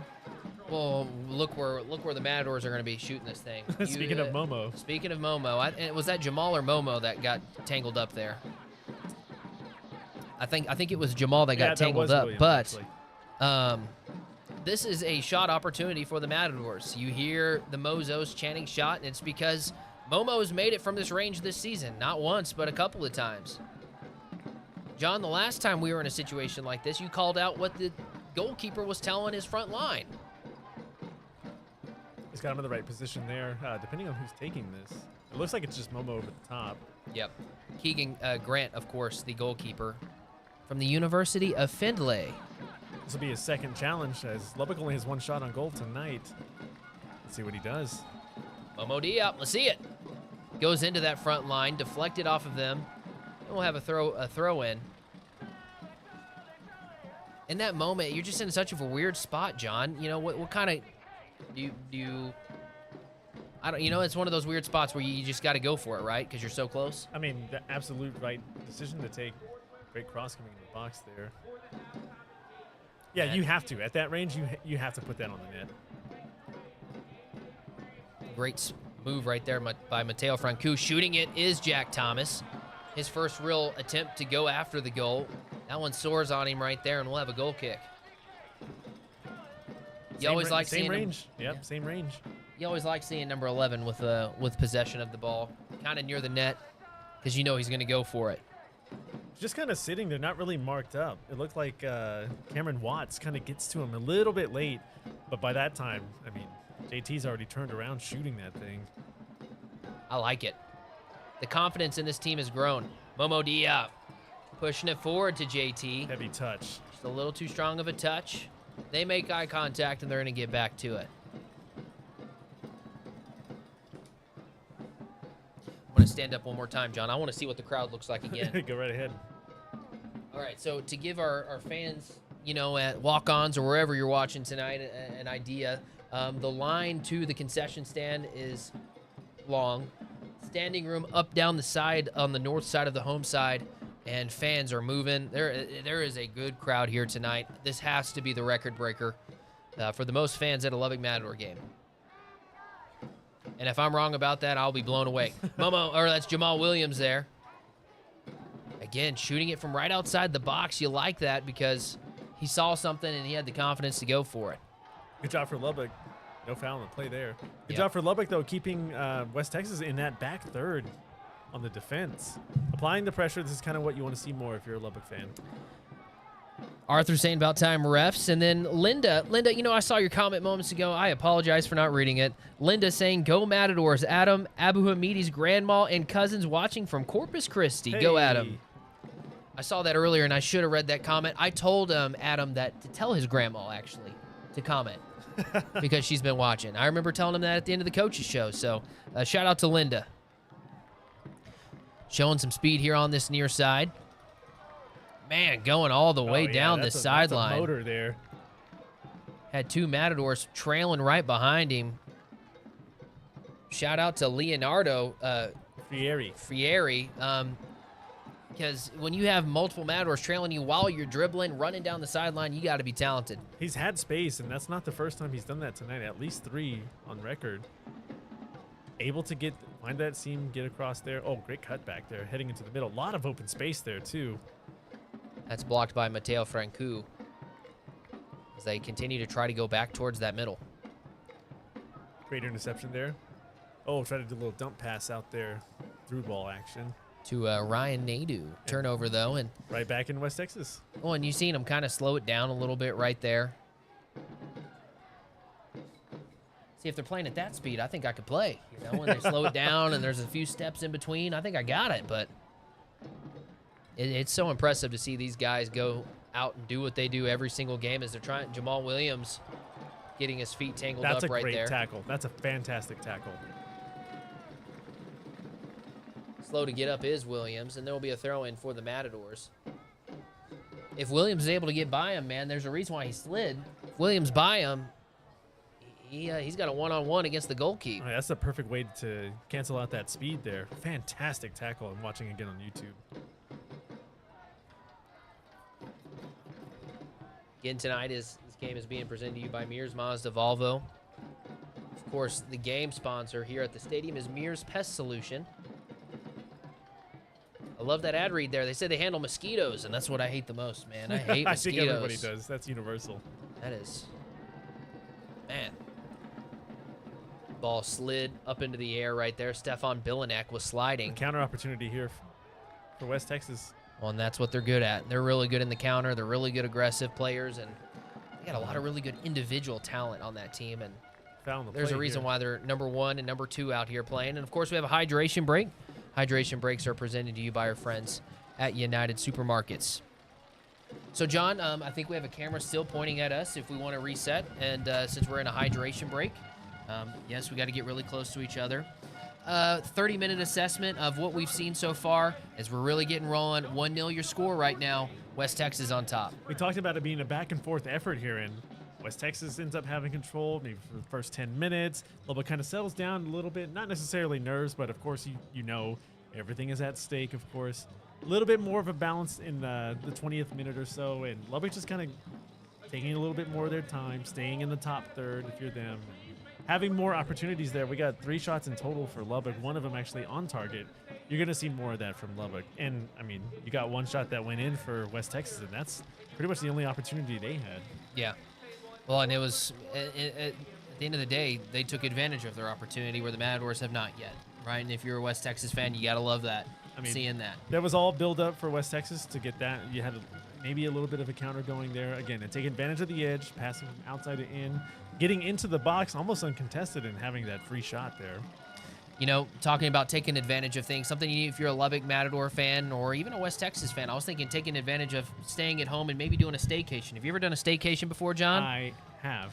The best staycation is at the Cotton Court Hotel here in Lubbock. Is that where you were going to go with? I haven't been there. Actually, I've been there for the pool. I've been there for the fires. Mm-hmm. Been there for the bar. Okay. Everything but the stay. Yeah. I've gotten to stay there, and it's awesome. Of course, Cotton Court Hotel by Valencia Hotel Collection is your go-to for a game day hangout or a post-game stay. Located right in the heart of downtown Lubbock, you can enjoy cold drinks like John and maybe some delicious bites at the midnight shift. Hey. Yeah, it's a good time, and you can unwind in a luxurious room full of Texas charm. Scan the QR code down there on the field for more information and access to all the things that you can as a fan. Staycations, they're a lot of fun. You know, you don't have to go far to be able to have a good time. I need to take one sometime. Make a nice. Dude, totally this worth weekend it. would have been perfect. Dude, and the Cotton Court is perfect. Right as you check in, they hand you a drink of whatever you want. I'm being for real, man. Shout out to Two Dogs, by the way. Went out there for the 30-somethings last night. That was a great show. With that ball headed up by a West Texas player, Andre Schleffly gathers that in. Wearing his all neons. I like that kit that he gets to wear. That's a good kit. Yeah. Saw one of the young players out at the Matador soccer camp the other day wearing it, and he was just like Andre, man. He was diving left, diving right. He was all in, and it was so cool to see these kids out there interacting with the players and being a part of it. You're seeing West Texas here kind of stack the middle. Lubbock pressing up a little bit high.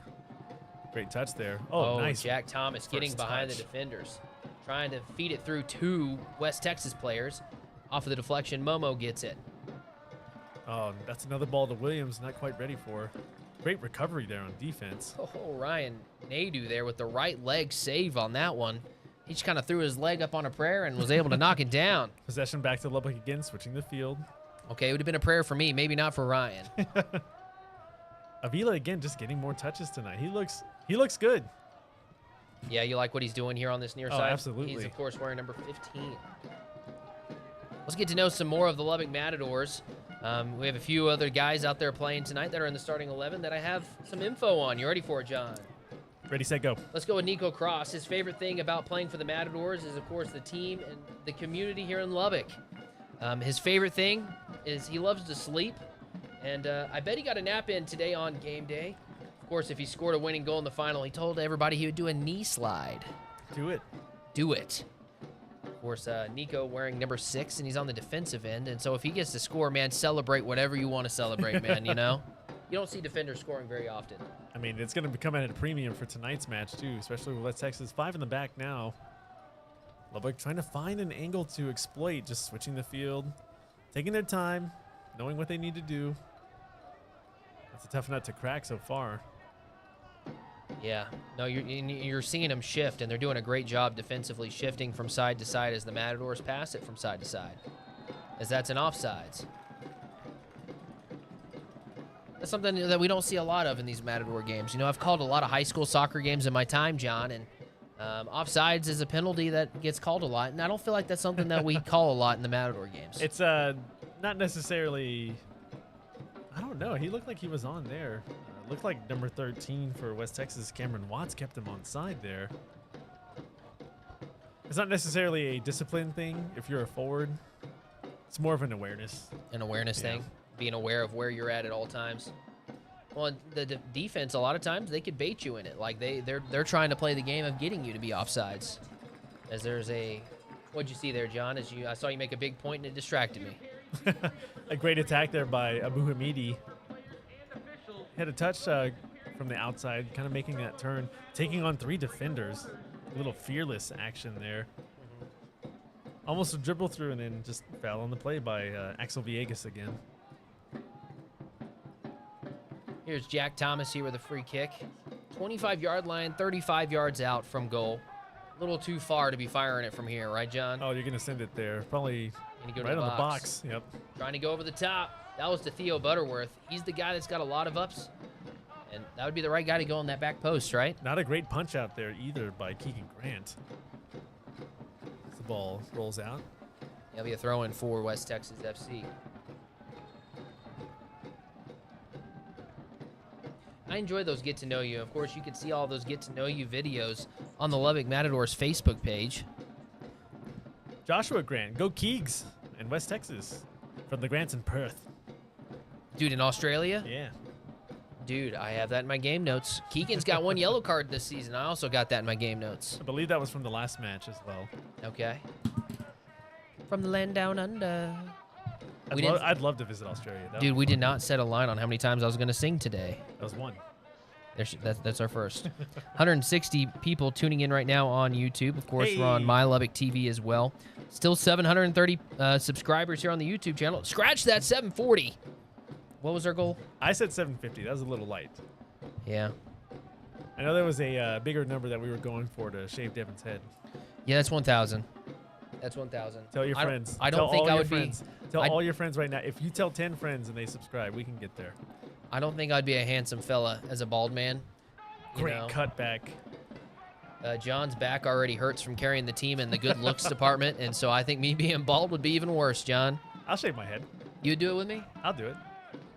I'll do it with you. Adri, let us know what you think of this in the comment she's section. For it. I already know she's for it. Joe Tellez saying, let's go Matadors. Not quite Brad Pitt in Ocean's 12, but... I don't know, dude. They might have you on the, GQ's next. I don't know.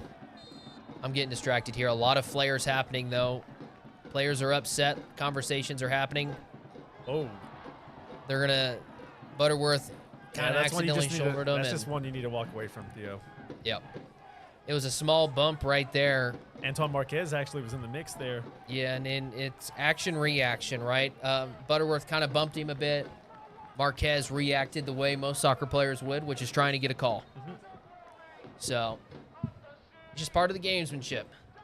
At the end of the day, don't let the tempers get the best of you, though, right? If you're both of these teams. You can, and again, that's going to fire up the crowd, and that's not anything you want to have on your back if you're West Texas FC.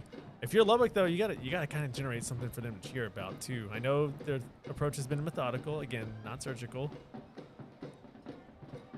but you need to create something here. You're getting those chances. Yeah. If you're Scotty Murray down there on the West Texas sideline, what have you liked from your club so far? I mean, you're taking Lubbock out of their element, basically. You're not allowing them to control as much. You're not allowing them to get any kind of shots off either. And again, you see this approach here, just kind of taking their time, outside in. We have another foul. Yeah, that's going to go against Adam Abu Amidi. No cards will be given or anything like that. I mean, that's probably his final warning there, in case something like that does happen again. Yeah, and John, as you're about to see it on our YouTube instant replay, it is just physicality at its finest. Maybe a little light step on the boot there, but for sure, it looks like Marcel Dufal caught all of that shoulder from Adam. Yeah, and Adam, he works out.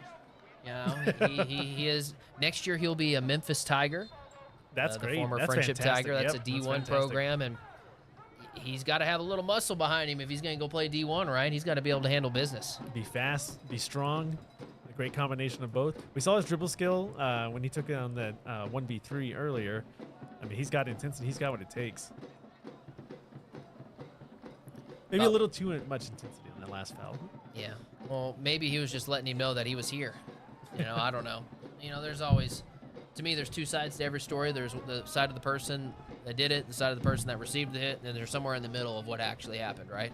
3 sides. Did I say two sides? It's this person's side, it's this person's side, and then there's the truth. Yeah, in the middle.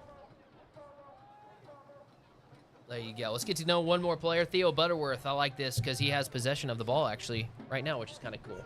He grew up playing another sport other than soccer, John. Did you know that? I didn't. A lot of times, you know, they all play a couple of sports, right? They play soccer or something. Theo, he played rugby growing up, and he enjoyed it. He thinks that kind of helps with his playing style for the Matadors of being tough, being fast, being aggressive. He gives his game 110% all the time, and that's to be his best. That's what you want out of your back line there. Be as physical as possible. Make him think about you. Hear the footsteps. Oh, dude, if I knew he was a rugby player, dude, I'd be terrified of him, honestly, because good turn here. Similar to the shoulder we saw from Adam, you know, that could be dangerous. Snuffed out counter opportunity again by Kobe. It's been a while since West Texas has been on this side on their offense.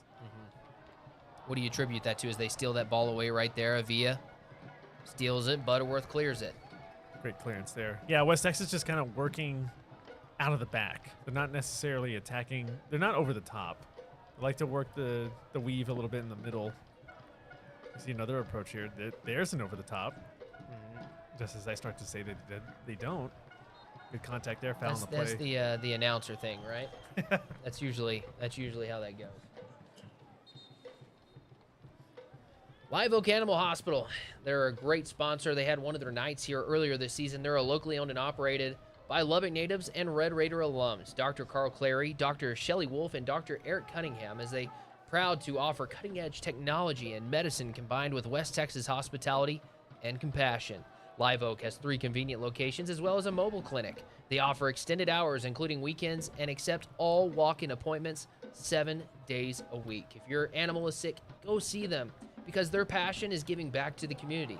Go see us for the best vet care in West Texas. John, what happened there as the fans are getting upset? No foul on the play. Jack Thomas? Oh. Excuse JT. Me, Jack Thomas. Great turn on that ball. West Texas swarming quickly. Lubbock was working the edges there, kind of dropping back on the right side of the formation there. Thomas had a great turn and then kind of takes a shove in the back. No foul. Yeah. Ryan Nadeau there trying to make his way through the traffic. Third defender there was the one that poked it out. You're seeing something that Lubbock does. That's a handball. Handball off of Francoux. But you were seeing Lubbock apply more pressure there, which is what they are really good at. Take your time here. Absolutely. Approaching the 43rd minute and a half.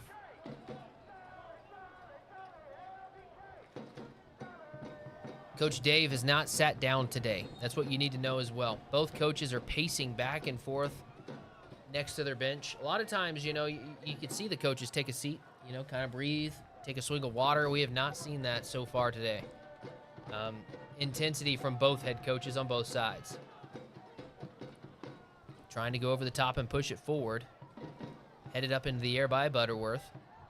Abu Hamidi trying to go up. Did he get pushed from behind? He did. So he'll be going the other way.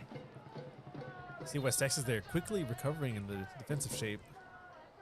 Lubbock's not able to get anywhere in the middle. I mean, you had Thomas there get the ball, but as soon as he's on the ball, you're seeing at least 2 or 3 guys on him.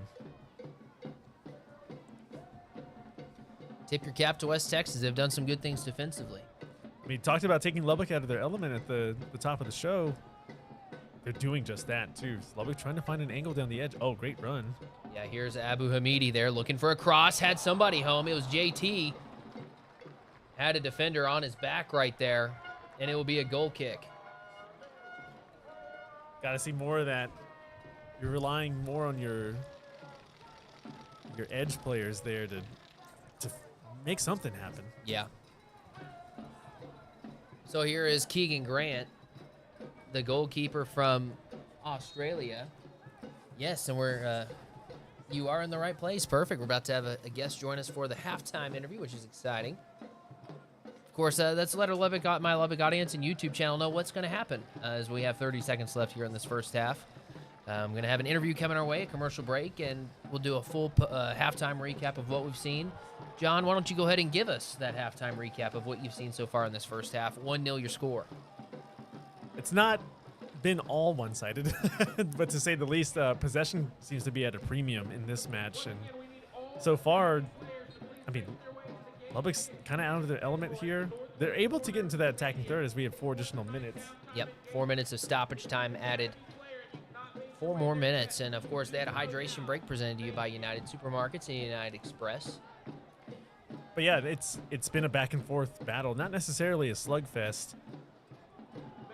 But it's all about patience tonight is what's been happening. Great heel flick there. Trying to get out front to Jack Thomas, battling for possession, and he wins it. Wow, dancing his way through multiple defenders, sliding down right in front of that box line. Yellow card presented to you by our friends at Mears Pest Solutions. John, what did you see on that yellow card? You had Thomas making a show, making a spectacle, a fantastic one at that, beating 4 defenders. Hard muscle, hard shoulder coming in from number 4, Marcel Dufault.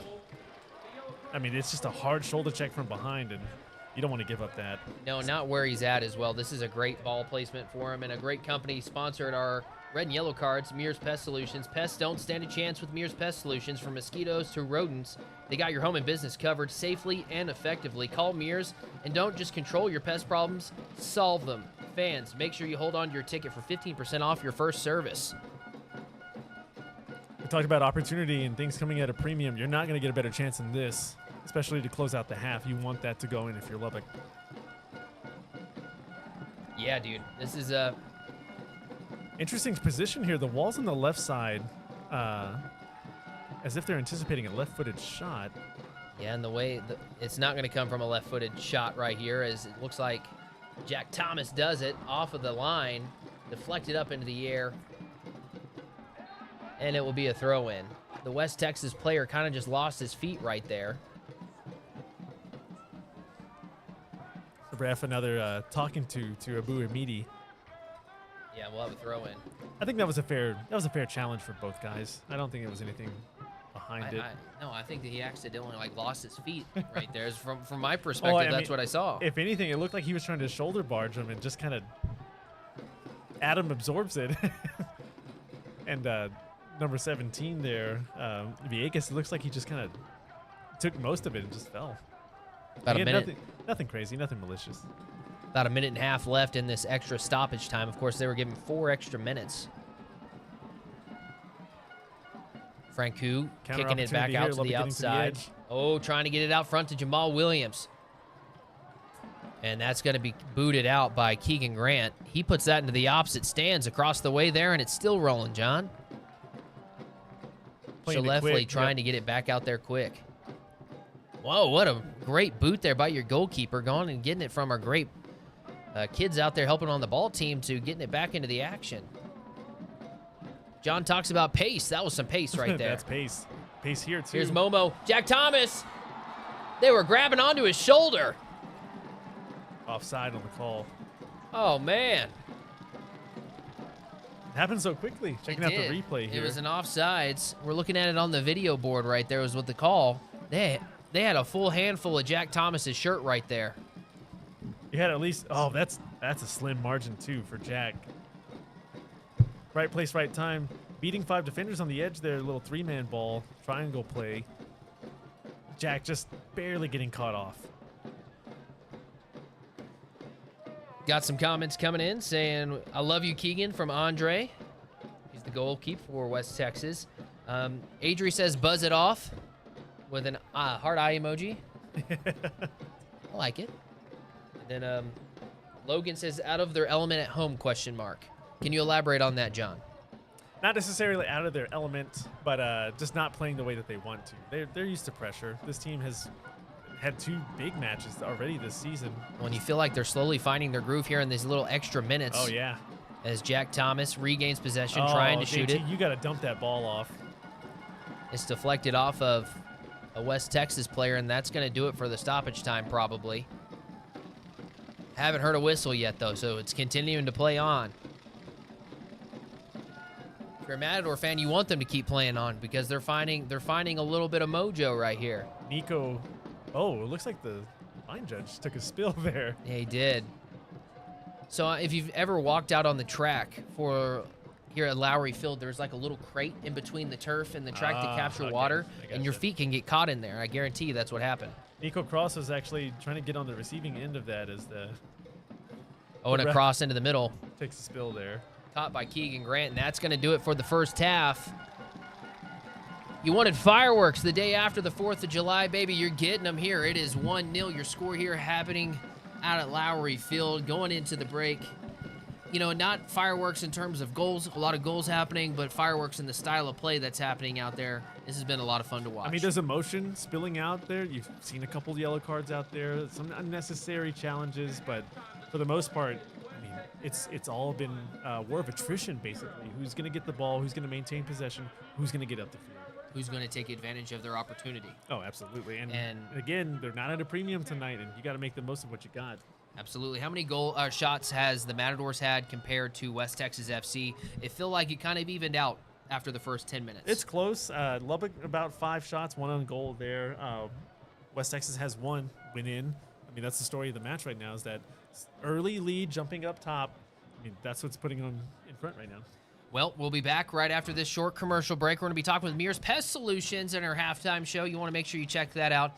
And, of course, your score 1-0. We'll be back with more here on My Lubbock TV and on YouTube right after this short break. Stay with us.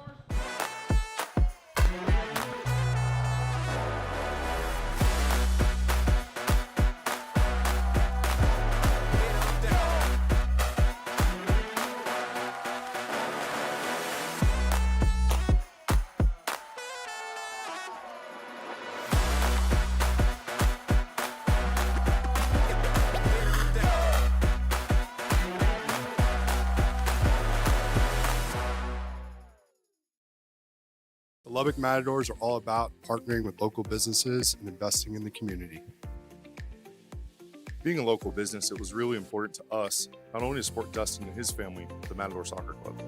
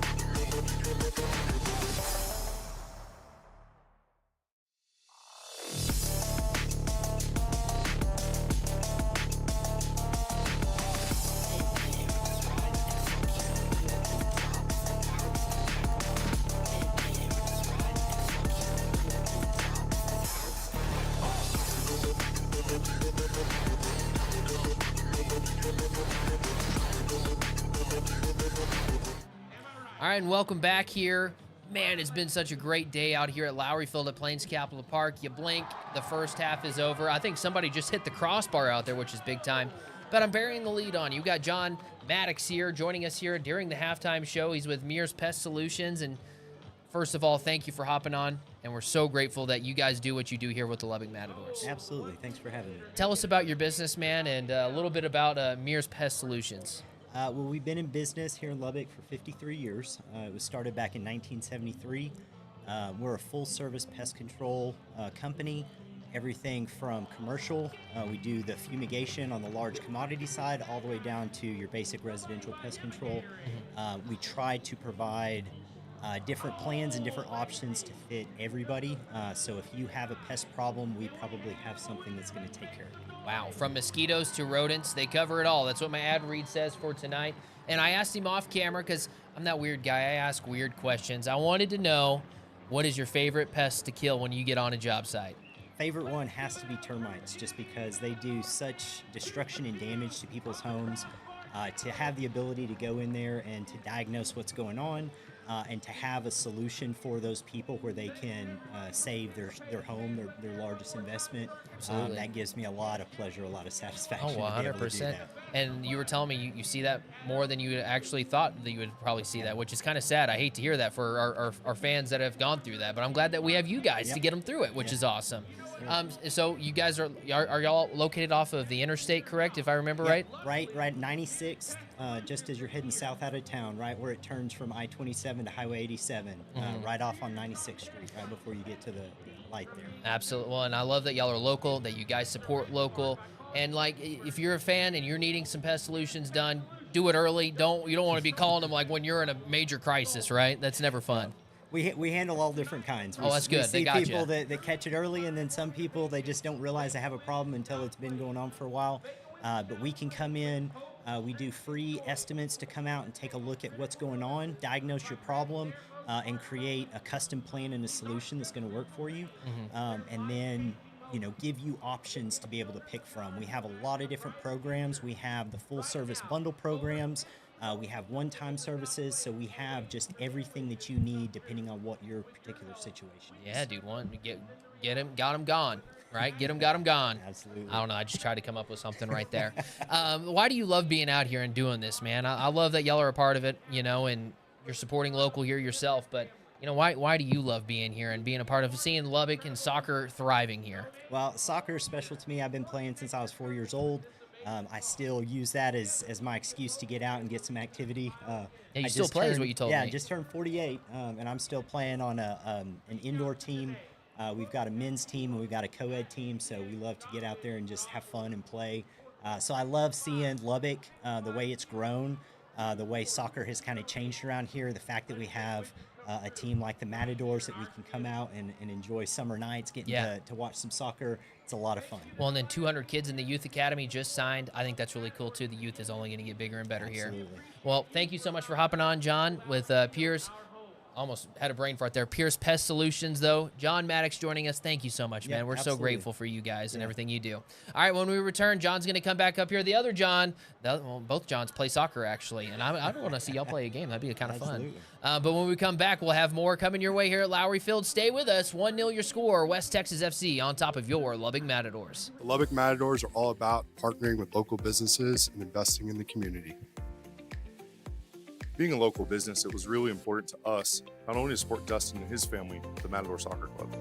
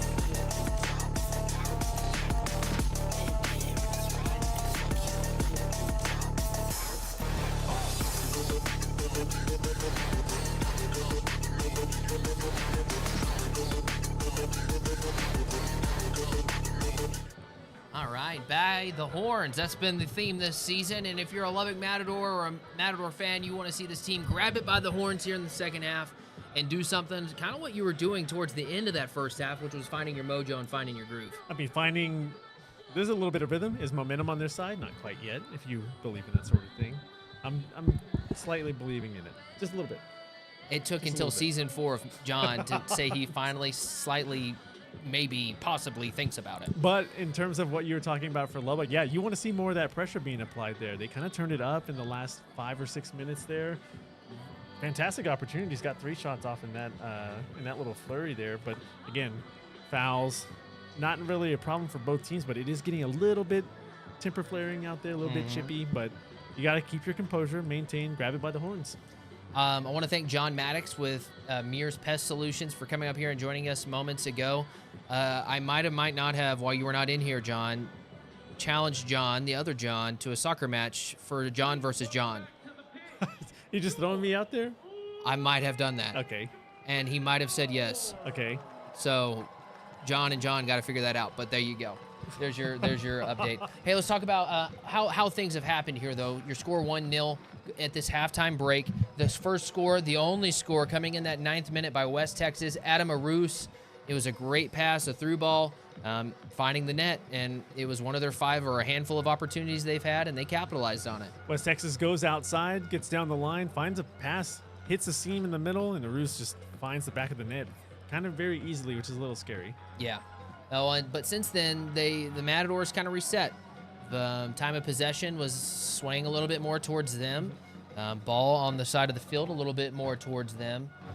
But West Texas, they found their way again, running down this. They're fast on the outside is what I'm trying to say. Well, they're preventing Lubbock from getting inside, too, which is kind of a little bit of a problem there for the Matadors. You're controlling the tempo. You're allowing Lubbock to kind of play into your hands if you're West Texas FC, and that's a good sign for them going into the second half. For Lubbock, we saw signs of life at the end of the half there. Great for both teams there. So the story coming into tonight, win and you host. Doesn't matter what team wins tonight, win and you host. If they tie, the Matadors would get to host, but that's the big thing here is that win and you host. You want to win tonight if you're either one of these teams. You don't want to see this game end in a draw if you're West Texas. Oh, absolutely not. I mean, I know Dustico is on the line. Lubbock would like to win by 2 goals to claim that trophy for the rivalry, but I think it would be even a little sweeter if you end up tying, taking those points back. West Texas I mean, if things stand the way that they are, they're 3 points up. Things shift at the top of the table there, but Lubbock scores one more. You're already right back in it. Again, a lot of things can happen, but you want to take those 2 points back from them if you're Lubbock. I'm looking to see if there has been any substitutions, and it looks like there might have already been one. I'm looking to confirm. No, I have not seen any. Never mind. Of course, substitutions this year are brought to you by Grease Monkey. There's no substitute for you or your vehicle. Go see our friends over at Grease Monkey. Head coach David Ormiston and his coaches Roberto Hernandez, Jake Willits, and Akata Nastua. I hope I said that right. Coach Cata's from Spain and knows 7 different languages, John. Did you know that about Coach Cata? I did not. And also, I didn't know somebody could retain that many languages in their brain. Well, so he told me when he came to the States, he started learning English because that's, what we speak around here. And he's so fluent in it. And only been in the States for like a handful of years. And it's like, dude, impressive. Seamless. And then all of a sudden, he's speaking like 6 other languages, which is really cool. Really cool. All right, getting ready for second half action. Of course, this game is being presented to you by our friends at Mears Mazda Volvo. Again, thankful for our YouTube audience that is tuning in. How many do we got that hung around with us, John, post halftime? 139 is what I just heard. We're at 733 for subscriber count as well. Okay, again, we're making a big push towards 750. I think that'd be awesome to hit for this game. When I kind of dove into the YouTube channel the other day with my brother. He's a YouTube guru is the word I'm going to go with. And he told us for what we do on this channel, which is a lot of live streaming, for us to be able to consistently get more subscribers is kind of impressive because you don't really get new subscribers off of live streams. You get them off of published videos, right? You keep your current subscribers by doing live streams. I don't know. It was a long, 30-minute conversation because that's what I'm good for, John. It's a good 30-minute conversation, and I enjoyed it. It was really informative. Our simple calls are usually, it's going to take 5-10 minutes. I'm surprised you actually kept our last one down to 8. That was impressive. It was impressive. Again, second half action presented to you by Mears Mazda Volvo. Arthur saying, let's go Matadors in the comment section, though. Something is going to get going in the second half. And then Noah, JT, brace incoming. Is there a brace on JT in the second half? No, it's 2 goals.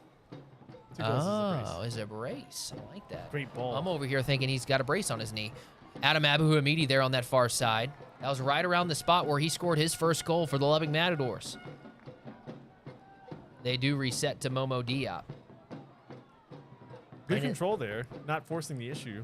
So starting the year, he was one of your forwards, right? He's now playing in that new midfielder spot. Apparently, that's kind of his natural playing position. Do you like Momo out there in that midfield? Yeah, playing a little bit of a false 9 there. The ability to create is what makes him exceptional in that spot. Good cross there, switching the formation. Oh, heavy touch.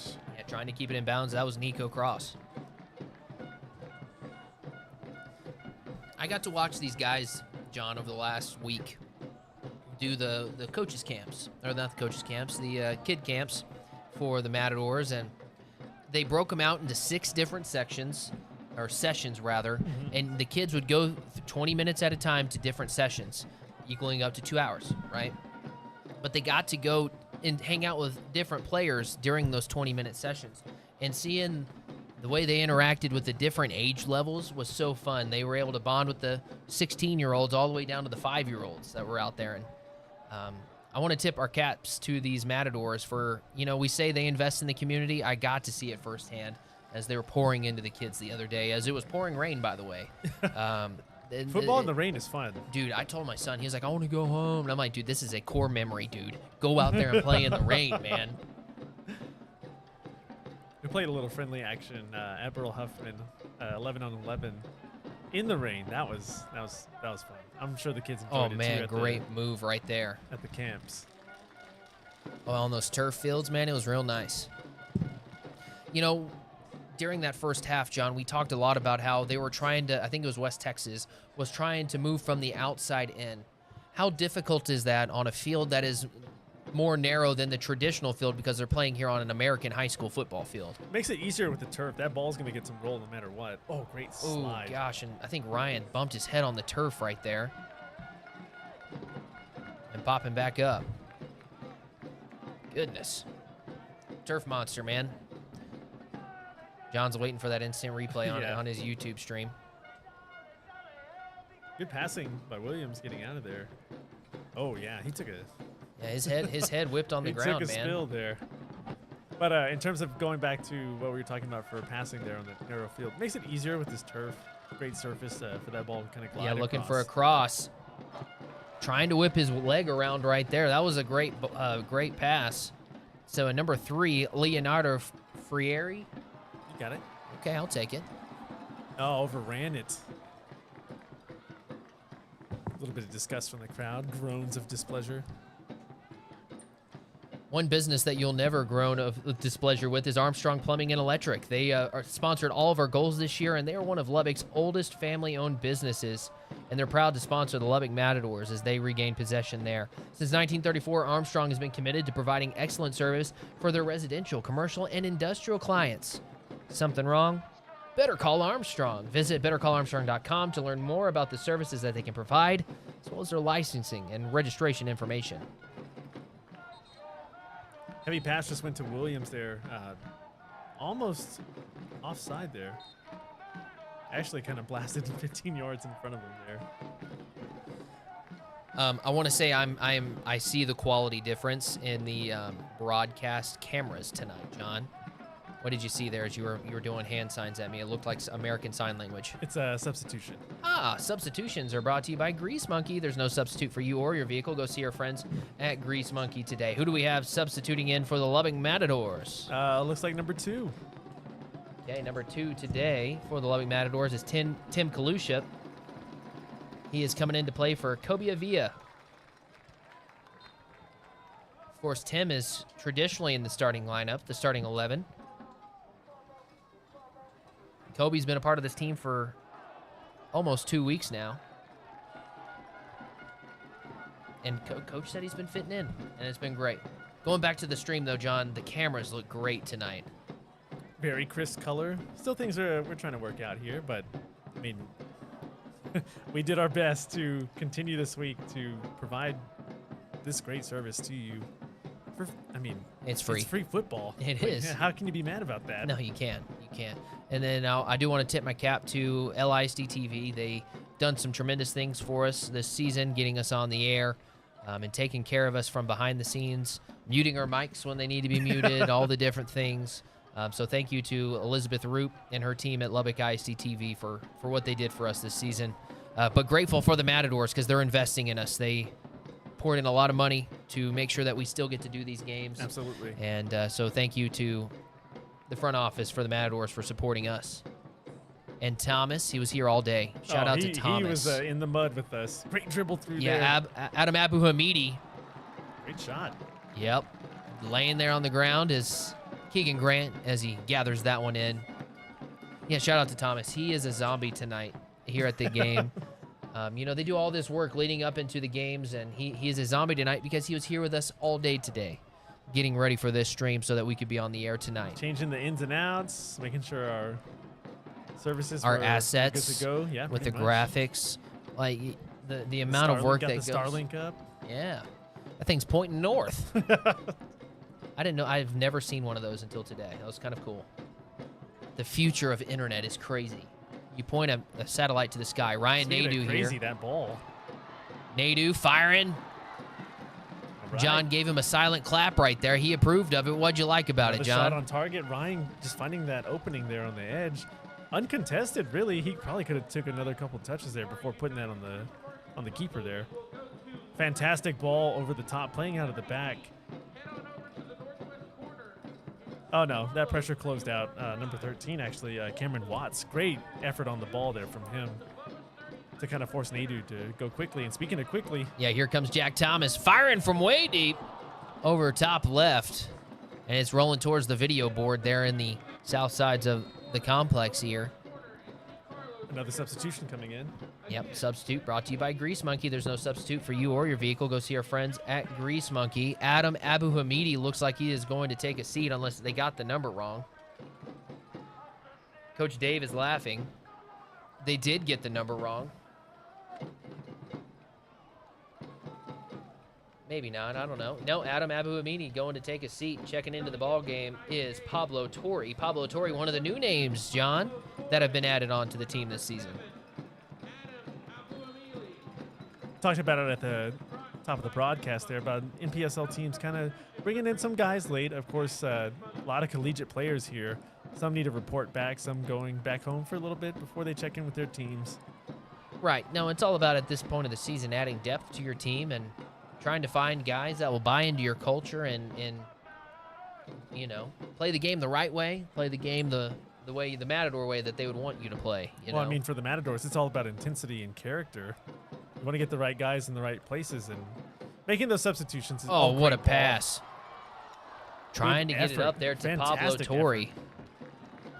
Check into the ball game, and your number's getting called immediately. And is that going to be a signature stag corner kick? Signature stag, your one-stop man shop. This is the third signature stag corner kick of the ball game for the Lubbock Matadors. And I think, in general, the third signature stag corner kick. John, you could fact check me on that one, man. I think that's the third one of the ball game. 0 for West Texas so far. That's opportunity for Lubbock there. We've seen them on set pieces here, being able to capitalize. Looking back post here. Oh, great spin on it. Having to get a hand on it was the goalkeeper. That almost went in himself. Torre pulling a fast one on me. That one ball actually curled a little bit closer to where the keeper was in the middle of the net. Uh-huh. Well, and the way it was spinning, dude, the keeper would have had, if he wasn't there, I'd have been spelling out my favorite word. I think he's trying to get an Olympico in that one. Scoring from the corner. Duvon Quinchillo looking like he's about to sub in. Of course, Duvon from Colombia. 25-year-old. Standing at 6 foot.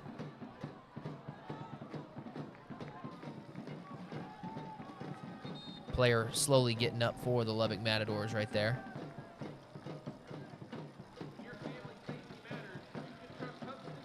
Also want to give a shout out tonight to our camera operators, Jacob Gass and Ivan Rodriguez. They're two aspiring sports broadcasters from Friendship High School, offering their services to run cameras tonight for us, and so I wanted to make sure I give them a shout out.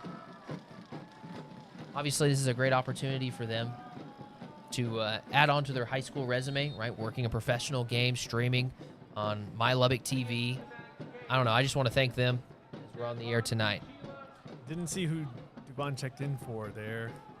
Yeah, I don't think well, they didn't put the number on there. I just see 14 on there. But I do want to say that substitute is brought to you by Grease Monkey. There's no substitute for you or your business, or your car, rather. Go see our friends at Grease Monkey. I think he substituted in for Stefan Bilenak. That's correct.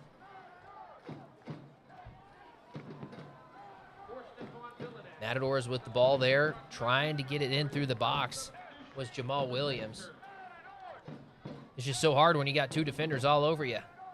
And so tip your cap to West Texas for being there on the defensive end. And Coach Scotty Murray, he's got his team 6-2-1 on the season. He's a first-year head coach. He was an assistant last season for West Texas under the Matador head coach, David Ormiston. How much talking do you think there was between those two guys, John, heading into tonight? Oh, I'm pretty sure it was pleasantries and handshakes all around. Again, respecting your opponent, respecting former colleagues, too, as well. I'm pretty sure they have a great working relationship. Yeah. They are both dialed in and locked in. Middle of the field looks a little bit more open as West Texas drops 5 back. Kind of preventing a little bit of a slashing attack there from Lubbock, as we saw in a mad last 7 minutes here. Dude, time is flying, dude.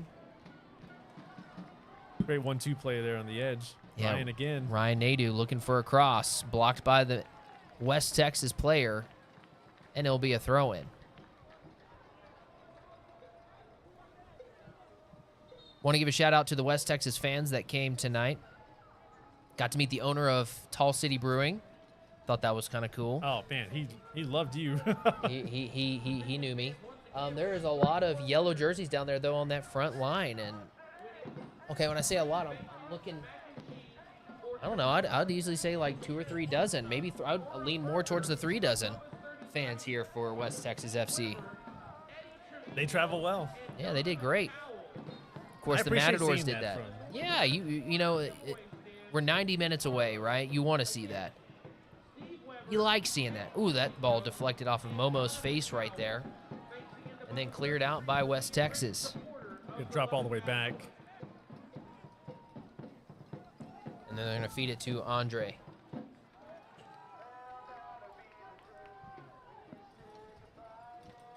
Shout out to the Mozos, too. They traveled that game, didn't they?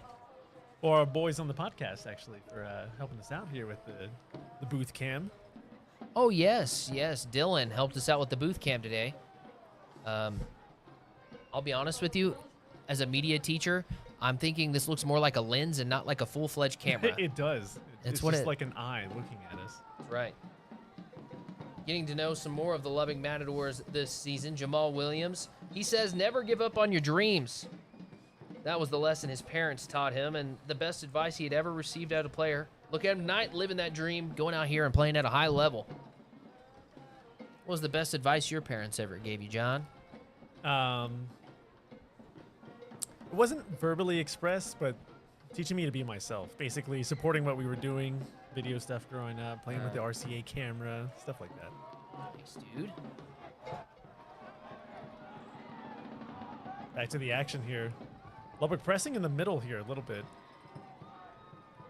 They're kind of stacking formation here. It looks like they're more up top than they were before. Great interception there. Yeah, great steal there. Trying to see who they stole it from. Marquez, actually, for West Texas. Anton putting the pressure on Lubbock. One-man press. That's crazy. That's great effort. That ball was stolen by from Tim Kuliship. Was there a card that was just given right there? Okay, there was a yellow card presented to you by Mears Pest Solution. Shout out to Amber, our director, our audio engineer, our commercial break engineer, our all the things today for letting our producer and now our official eyes in the sky. Jack Thomas there with the yellow card. Of course, that is Jack Thomas's 4th yellow card of the season. Again, in the MPSL, there is no penalty for accumulated yellow cards. So suspensions usually only happen during the match. 2 yellows obviously gets you ejected. Yep. Straight red obviously gets you ejected. Yep. There is a suspension too. That does come with that too. There are 2 other Lubbock Matadors with 4 yellow cards this season. If you're wondering who the team lead is, Stefan Billanak has 4, Theo Butterworth has 4, and now Jack Thomas has 4. Duvon Kinchilla has 3. He would be next in line to get to number 4. John, 61 minutes into this, man, and down to your last 30 minutes of the regular season for both of these teams.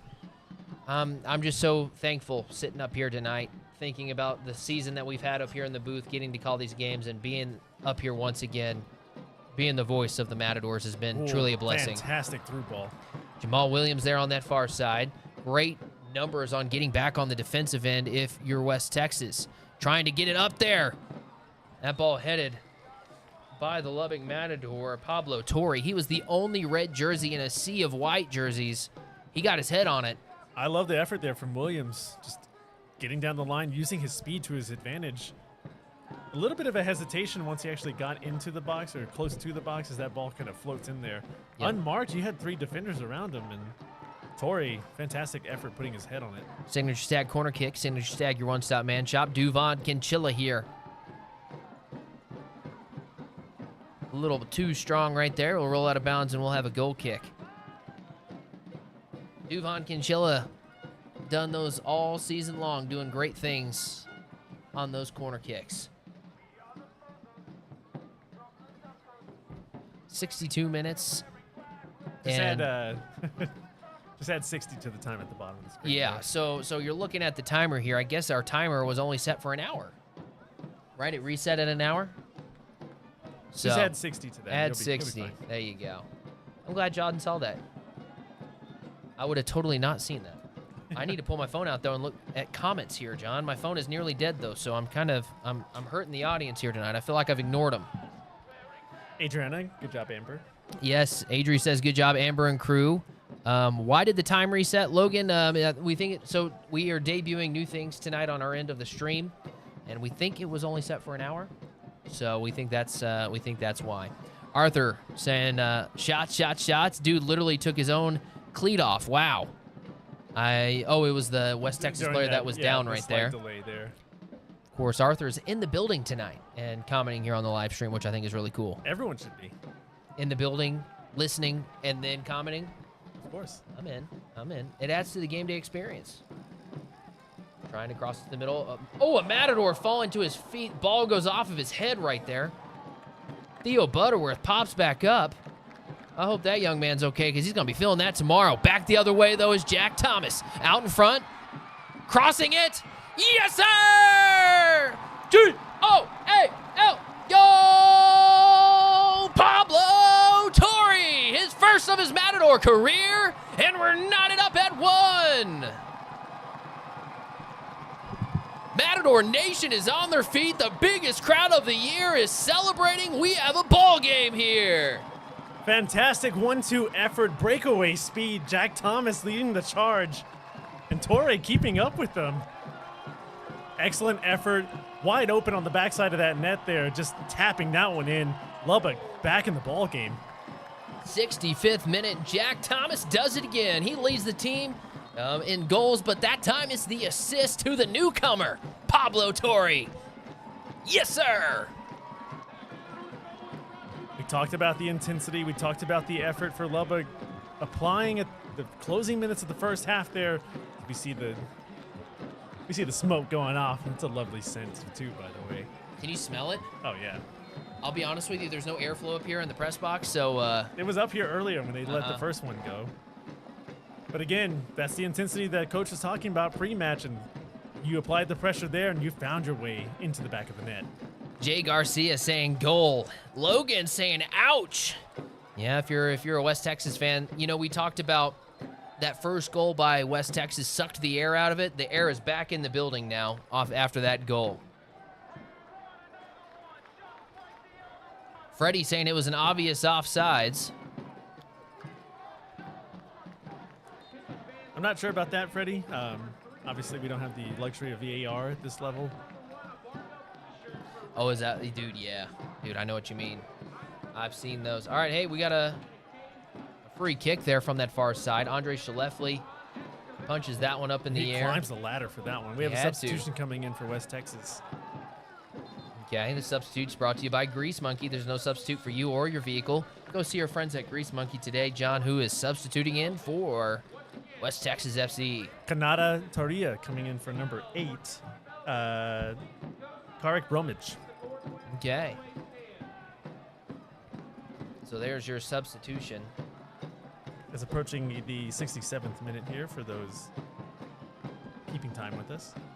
Yeah, again, the clock reset at 60 minutes on our end on the graphic, and so add 60 minutes onto your clock. It's 66 minutes, pushing 67 now. Matadors with possession. It's Jamal Williams. He kicked it from deep. He saw a seam and went for it. It was deflected up in the air. West Texas comes away with possession. Fantastic defensive effort there. Antone Marquez there. Tip your cap to that young man. He is feisty and wanting to go for it here.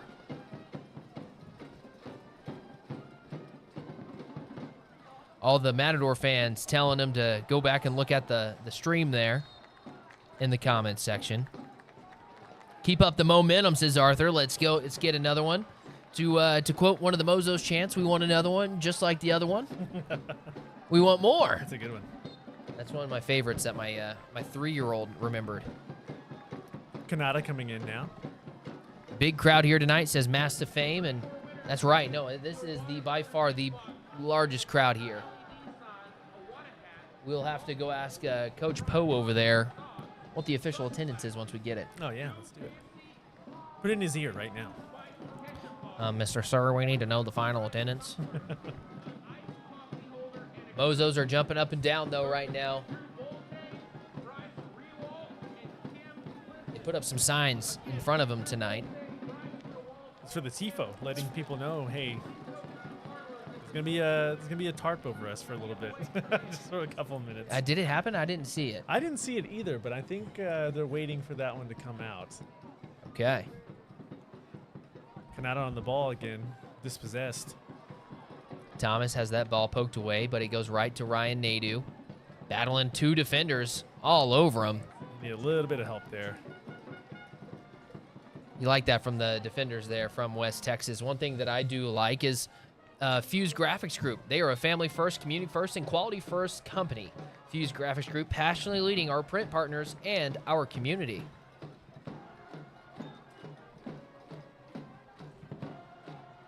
Throw in here for the Matadors. Ooh. Getting tripped up right there. And we're going to get a yellow card given to Ryan Nadeau. How many yellow cards do we have today? I think that's number 3 now. That's 4. That is number 4. Of course, yellow cards are brought to you by Mears Pest Solutions. Pest, don't stand a chance with Mears Pest Solutions. From mosquitoes to rodents, they got your home and business covered safely and effectively. Call Mears and don't just control your pest problems, solve them. Fans, make sure to hold on to your ticket for 15% off your first service.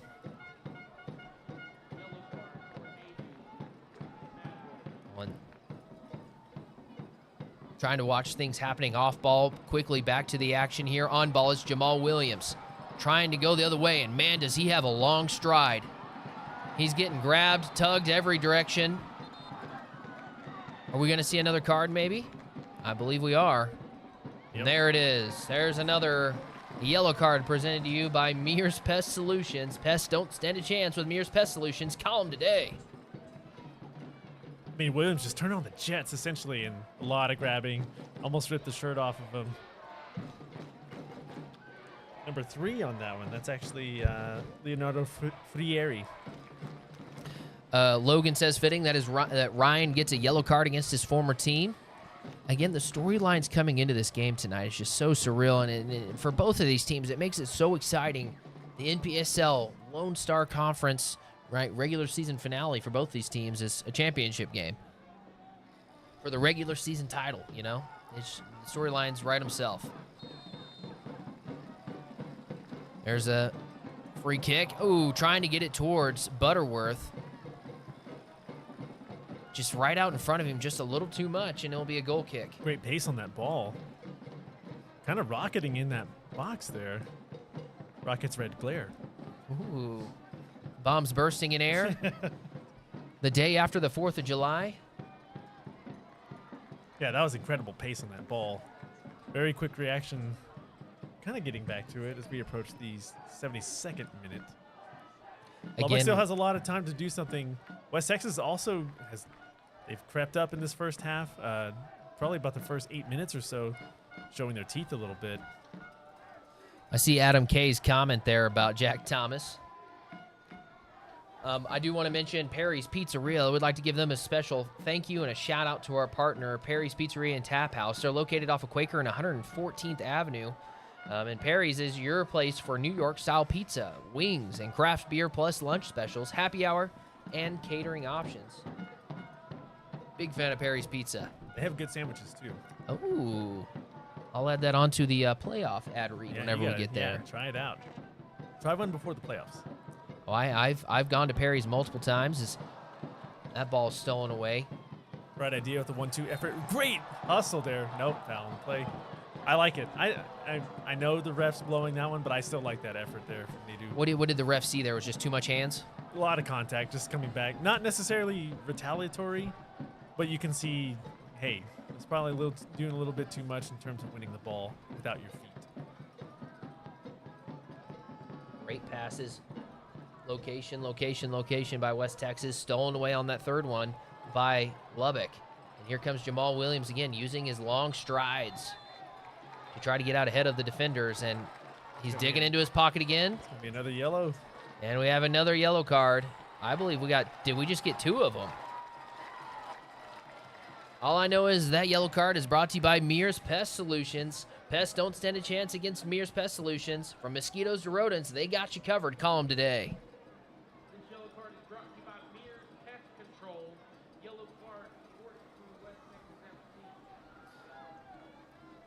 John was watching the instant replay again on the YouTube channel. I Shout believe out that's to Ariel Villegas, or Axel Villegas, excuse me. Okay. Again, things are starting to get a little chippy here, right? The official is making sure he's fast to pull out that yellow card and is trying to keep this game calm, as Jay's saying here, things are getting chippy. Yeah, you don't want to let the tempers flare too much and get out of control to the point where you're not playing football anymore. This is deadly range here for Lubbock, Yeah, especially on the set piece here. I'm trying to see, is that Jack Thomas there on that far side? It is. Get it up front to Butterworth. Butterworth going with the left leg. Ooh, and just to the right of the post. Deflected out. That would be a corner. And that's going to be a Signature Stag corner kick. Signature Stag, your one-stop man shop.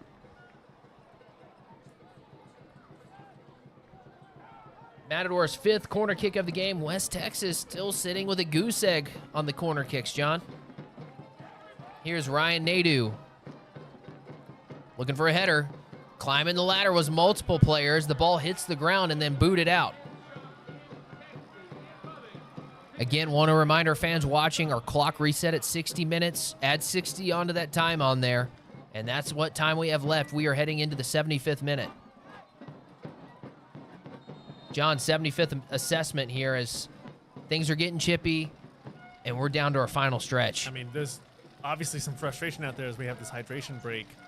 There's frustrations going on from both sides. I mean, you have West Texas picking up 3 just in this half alone. Lubbock has 2. Thomas has a yellow card. Nadeau has 1. You fall for the area, and Villegas kind of getting emotions getting the best of them. Uh-huh. But you're seeing Lubbock just kind of turning up the gas a little bit, shifting gears here to stay with the car analogy. But yeah, that's what we saw at the end of the first half. Lubbock's kind of developing more into a quick attack. It's not methodical like it was in the first half, but yeah. They're building up quick. We're not going to shift gears on you here with this next ad read. When your family's safety matters, you can trust Hub City Body Shop's Gold Class Certified Collision Center to get your vehicle back on the road. Make it pretty. Call Hub City today. We're doing the swag and surf down there, John. Of course, this hydration break is brought to you by United Express. Go see our friends at United Supermarkets and United Express as they will get you rehydrated back there and back out there on the road. Swag and surf, John. I'm down with it. I need more people surfing here. Yeah, there's a lot of swag, not a lot of surfing, huh? Look at the Pope swag. Oh, no. In a few seconds, you're going to see him get it together, and he's going to remember what's happening. You'll see it here on the YouTube atmosphere we were link. talking about. This is the atmosphere that West Texas didn't want to come back into the second half. Lubbock, again, capitalizing, creating momentum, turning it into something here. The energy is in West Texas's Come not on. their head. No, it's not in their head. I don't want to say that just yet. But it's in Lubbock's favor for sure. But again, we've talked about that as one of the keys to the victory here. Don't let the crowd back in the match. Scoring goals on the field starts with solid defense, just like in life. Jonathan Shaw Agency is here to protect your home, auto, life, and retirement. Trusted coverage, championship service. Call us today. Jonathan Shaw Agency, your defense off of the field.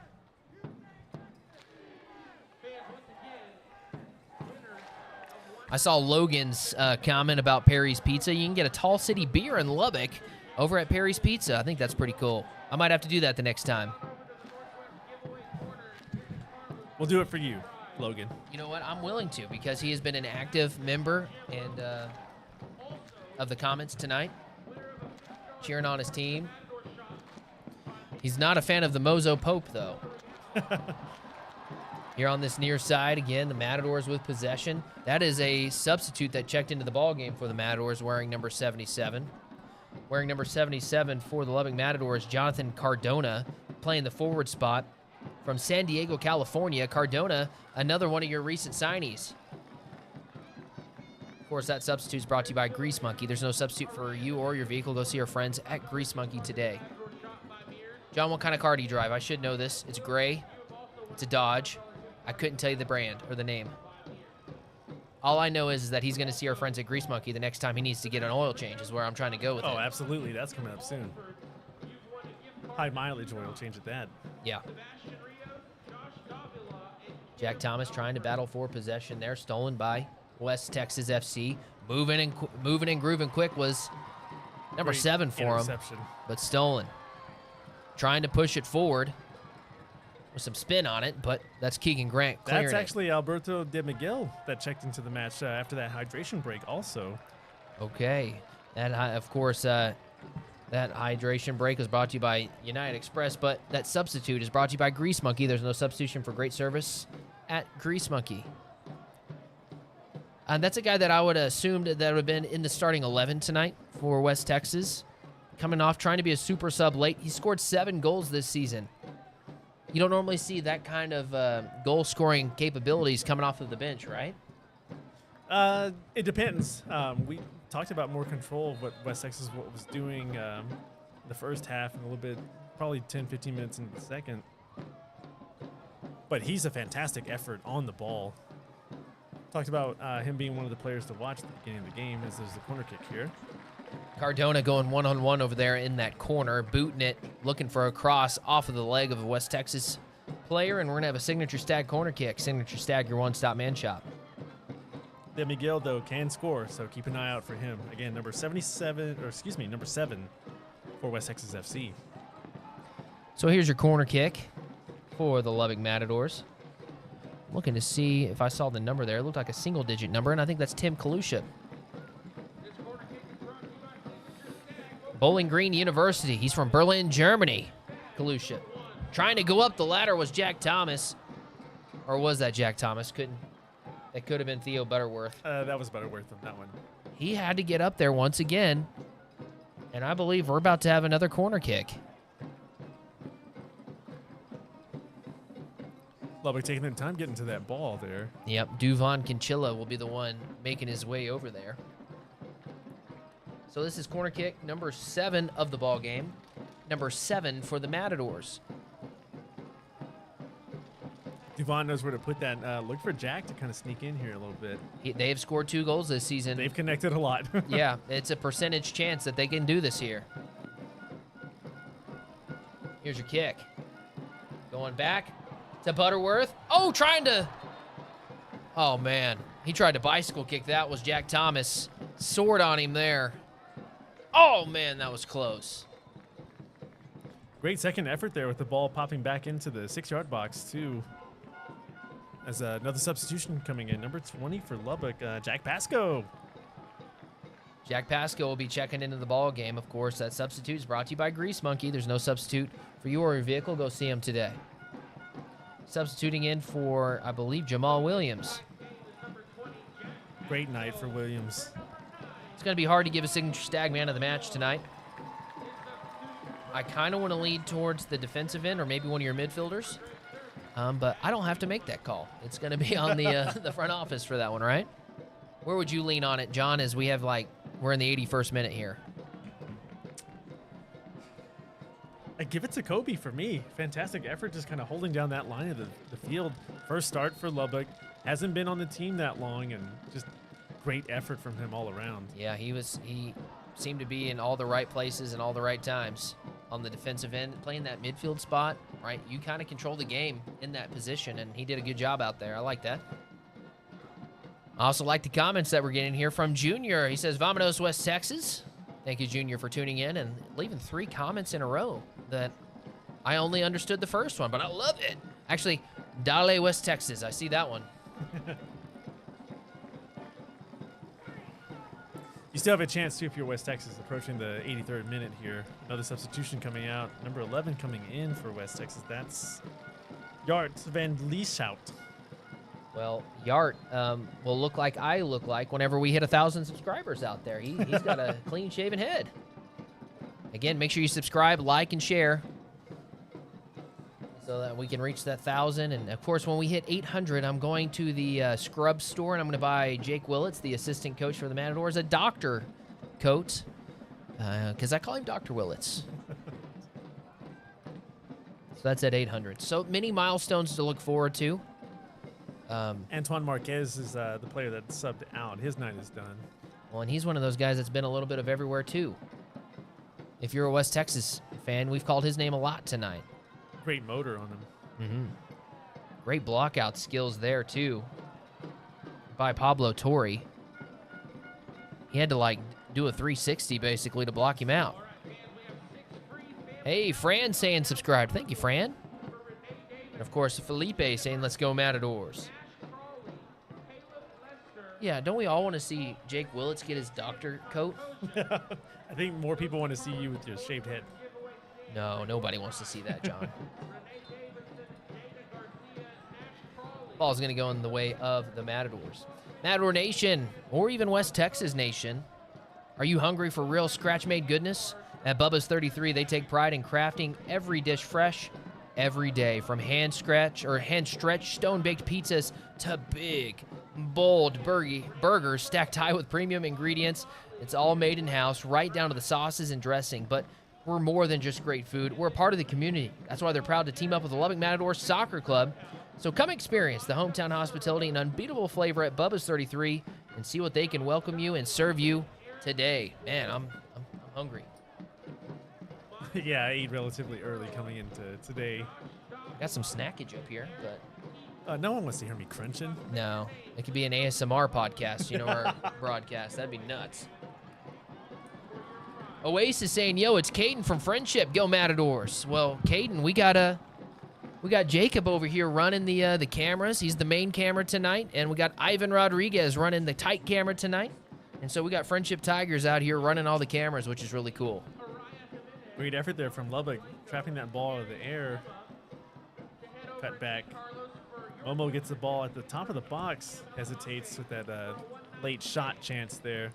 Lubbock gets another chance here in the attacking third. Yeah, Cardona with the throw in here.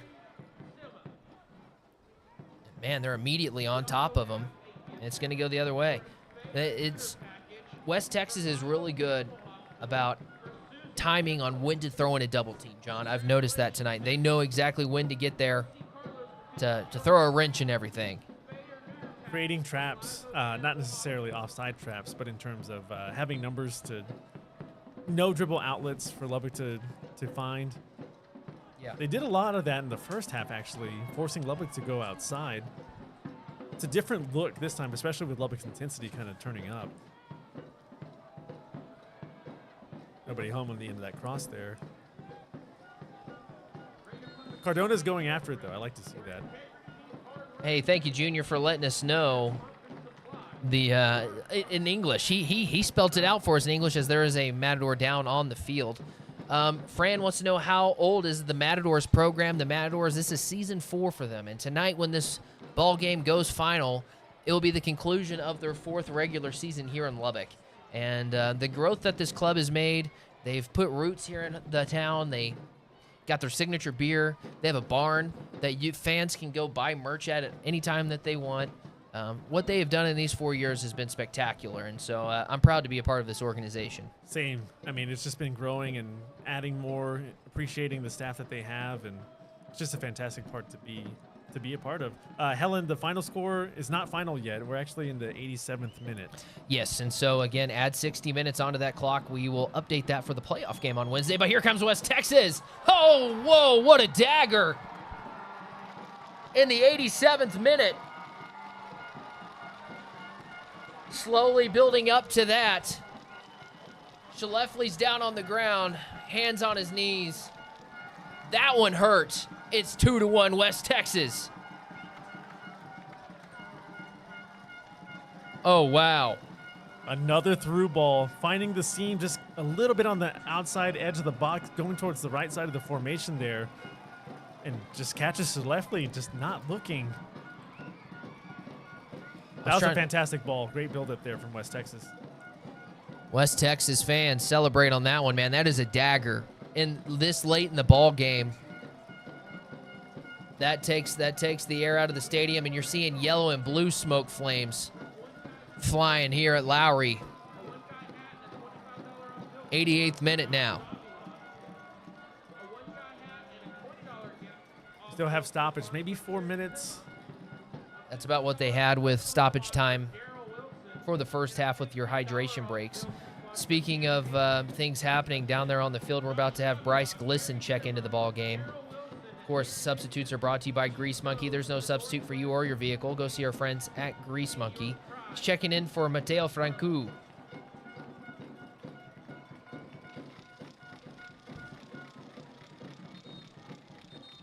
West Texas still has a player down there on the field.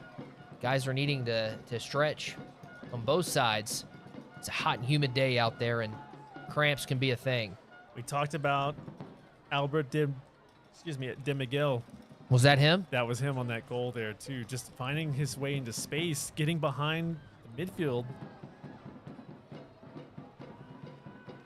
That is De Miguel's 8th goal this season. West Texas just kind of attacked the edge there. No one marked him. He was untouched. Fantastic assist there. Absolutely. By, number 3, Leonardo Frieri. Well, the air has been sucked out of the stadium after that one, and even in here in the booth, right? You could probably tell a different tone, but with me and John after that one, man, because West Texas. Oh, that's not what you want to see. If you're West Texas, your player kind of hobbling off there with an injury. Number 2 comes out of the match. That's Ian Garnero.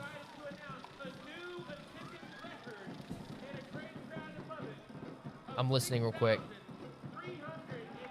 Wow, 7,381 people, I believe, is what he just said. Fantastic. That is a new record here out at Lowry Field for fans and turnout. And I know that competes with the Oklahoma United turnout that they had at the beginning of the year, and so more chippiness happening down there on the field. KOB asking if can Lubbock still win the league? They have to draw. If they score a goal sometime here in the next, I didn't hear a stoppage time. Yeah, they haven't announced it down there yet. They were trying to, the officials having to get in between a couple of players down there. We are in the 90th minute right now. I'm assuming it's at least 4 minutes here, but Lubbock still has a chance.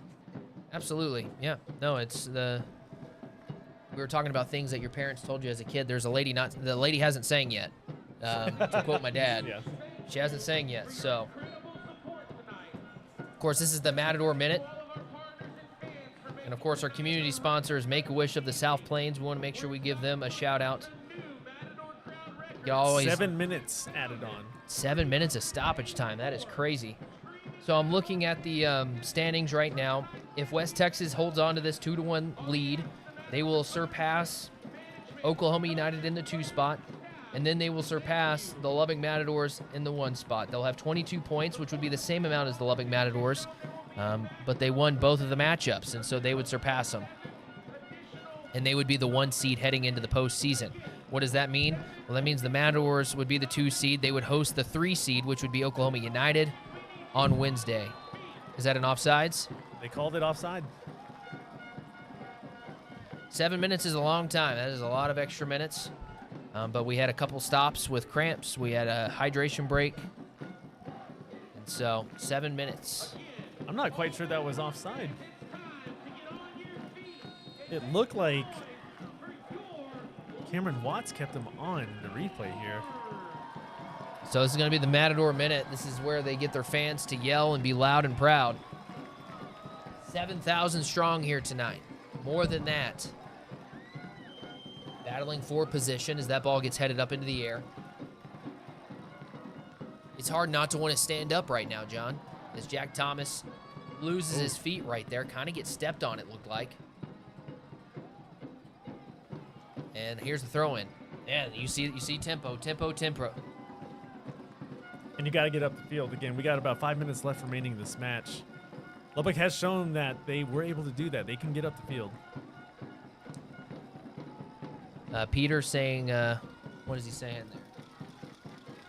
Oh, talking about Shalefley not looking on that one. I don't have the advantage of instant replay with this new setup here. Apologies for that, Peter. We'll get there. Yeah, we'll get there. Yeah, we're going to get there.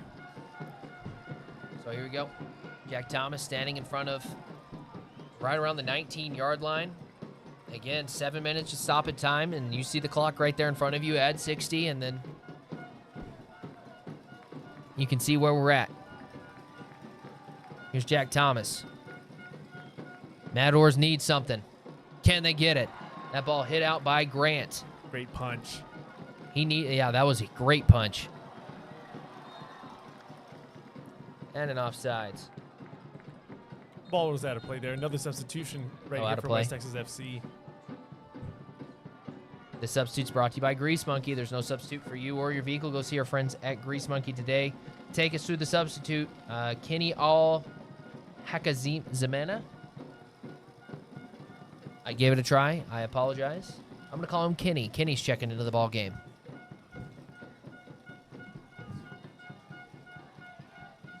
I'm double checking that roster here.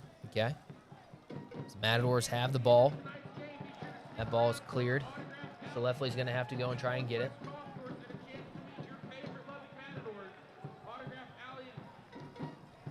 Again, want to give a shout out to our camera operators tonight. Both aspiring to be sports broadcasters one day from Friendship High School. I see our general manager, Dustin McCorkle, climbing the hill. He sprinted up there, man, showing the wheels of the GM, trying to get that ball back in play. And look at him here. Here's your chance. Oh, he's going to let the ball boy get that one. He's ready.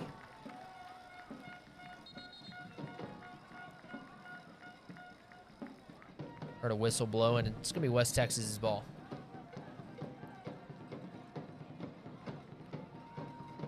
Thanks, my son. And Team West Texas, says Motzi. She's watching. It's 4:47 at her home. We're grateful that she's staying up late watching with us. I'm sorry that you're going to be tired tomorrow, but we're grateful that you watched. It's today for them. Dude. It's only 9:47 here. Of course, we'll be off the air at 10 o'clock on My Lubbock TV, but we'll have a complete post-game show on the YouTube channel coming your way as we have now less than 2 minutes left of stoppage time. Again, they gave us 7 minutes here. Peter saying, let's go, Andre. And then well done, Keegan, by Andre in the chat.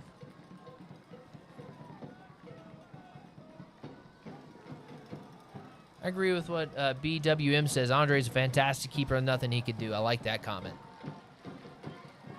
I'm a positive energy guy, John. Oh, same. I've never been accused of being too harsh. This is the first one. Of not being too harsh? Yeah. Another setup here for Lubbock. Trying to tell the West Texas player to get back. The gamesmanship part of it, wasting those seconds. You got to do what you got to do. Just trying to get him to bleed off the clock there a little bit. The fans are letting him hear it. Duvon with this cross right here. Yeah, and that's Axel Villegas there standing in front of him. Again, down to the final minutes, dude. This is it. See what Duvon can do here. Solid boot, looking for a header. Oh, West Texas tries to clear it, and it's going to be a throw-in. Cleared it out in the right direction. They're not allowing for a corner kick. Lubbock plays it very quick. Oh, you're looking for a huge throw here. Yeah, big throw. Going over the top. And that's cleared out. Lubbock's got about maybe a few seconds here, maybe 20 seconds. Yeah, looking for something. And that's going to be... It's going to be offside on that one. Yep. West Texas fans, got to be feeling great. You're ending the season strong. Coming off of a win on the 28th against Brownsville. Such a long break in between games. And they're about to get it here. A yellow card to Axel Villegas there. That yellow card's brought to you by Mears Pest Solutions. From mosquitoes to rodents, they got you covered.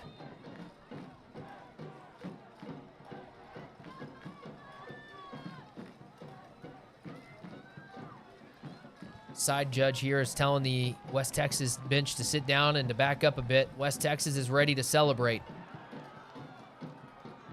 Ball way up in the air. One of the ball boys throws him a ball real quick, and they're trying to get it back into play.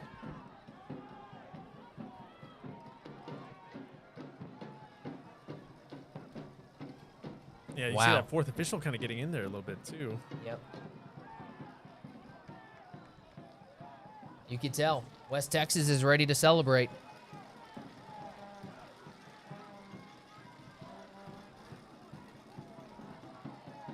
Oh, man. I'm just waiting to the stoppage time is continuing to roll. They gave us 7 minutes. It's probably adding on for additional clock wasting there. This looks to be the final effort here for Lubbock. Even Moses is saying something here.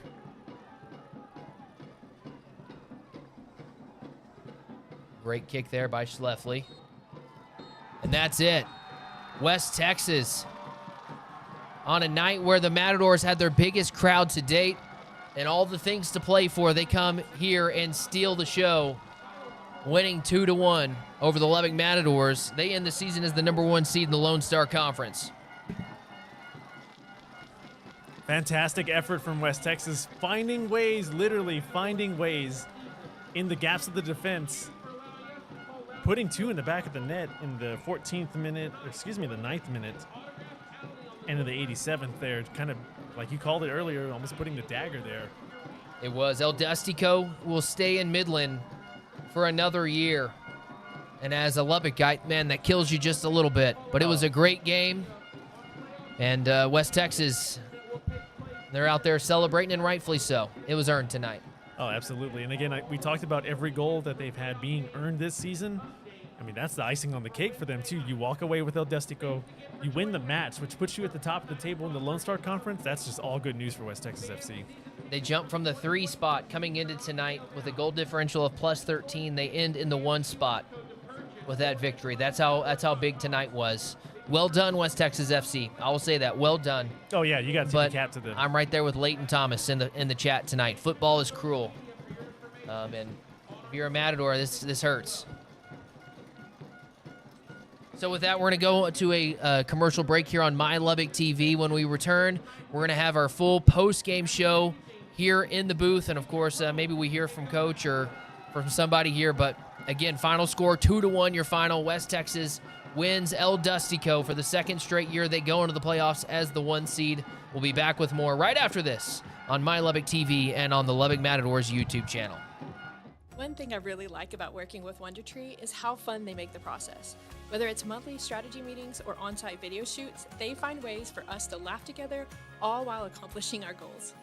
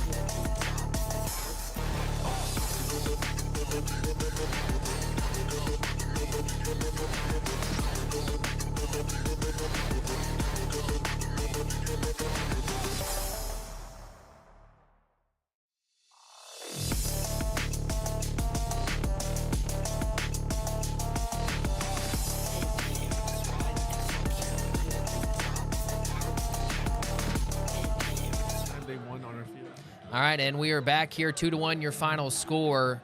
Celebration is still on for West Texas FC, and rightfully so. They just won El Dustico. They are the Lone Star Conference regular season champs, and they will be the #1 seed going into the postseason. They're celebrating there with their head coach, Scotty Murray.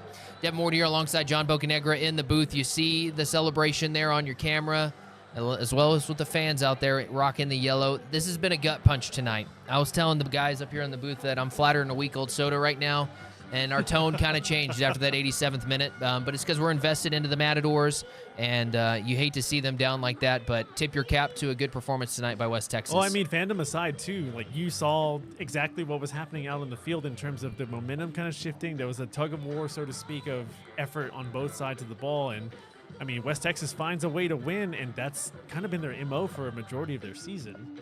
Finding ways to win. Finding ways to win.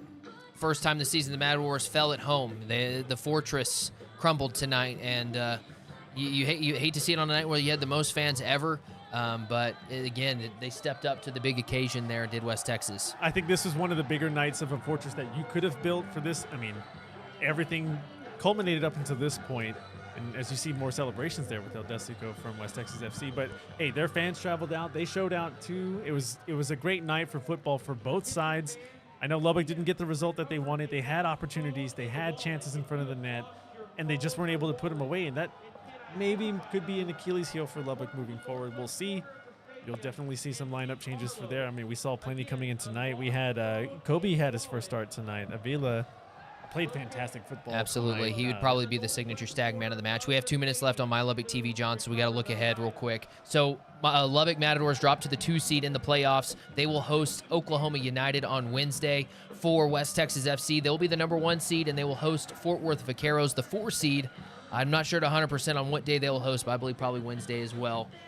Make sure you get your face in the place during those games. Looking at a Wednesday night match, I mean, that's going to be another. You're going to expect rowdiness. You're going to expect more high emotions for that one, too. It's going to be a fantastic effort for Lubbock. It's the playoffs, first round of the playoffs, and for some of these guys, they've been tested. They've been tried and true, some winning conference accolades, some winning their conferences outright. But you're going to see them be more hungry, especially after the loss tonight. Well, and they're out there watching. That's what the Matadors are doing. They're out there watching the celebration right now as West Texas continues to celebrate, and rightfully so. I'm going to say that many times. Rightfully so. You get to celebrate when you win a big ball game kind of like this. Make sure you join us, though, on Wednesday and on Monday for the Coaches Show, as we'll be on live on the air out at Wonder Tree. For Devin Ward, John Bocanegra, Amber, and our TV crew, we want to thank you guys so much for watching here on My Lubbock TV and on the Lubbock Matadors YouTube channel. We'll be back with more. 2-1 your final score. El Dustico heads out to Midland for the 2nd straight year, and as a Matador fan, that puts a knot in my stomach. But again, tip your cap to them. Have a great night, everybody, and go Matadors, as we always say here on the live stream. See you in the playoffs. Thank you.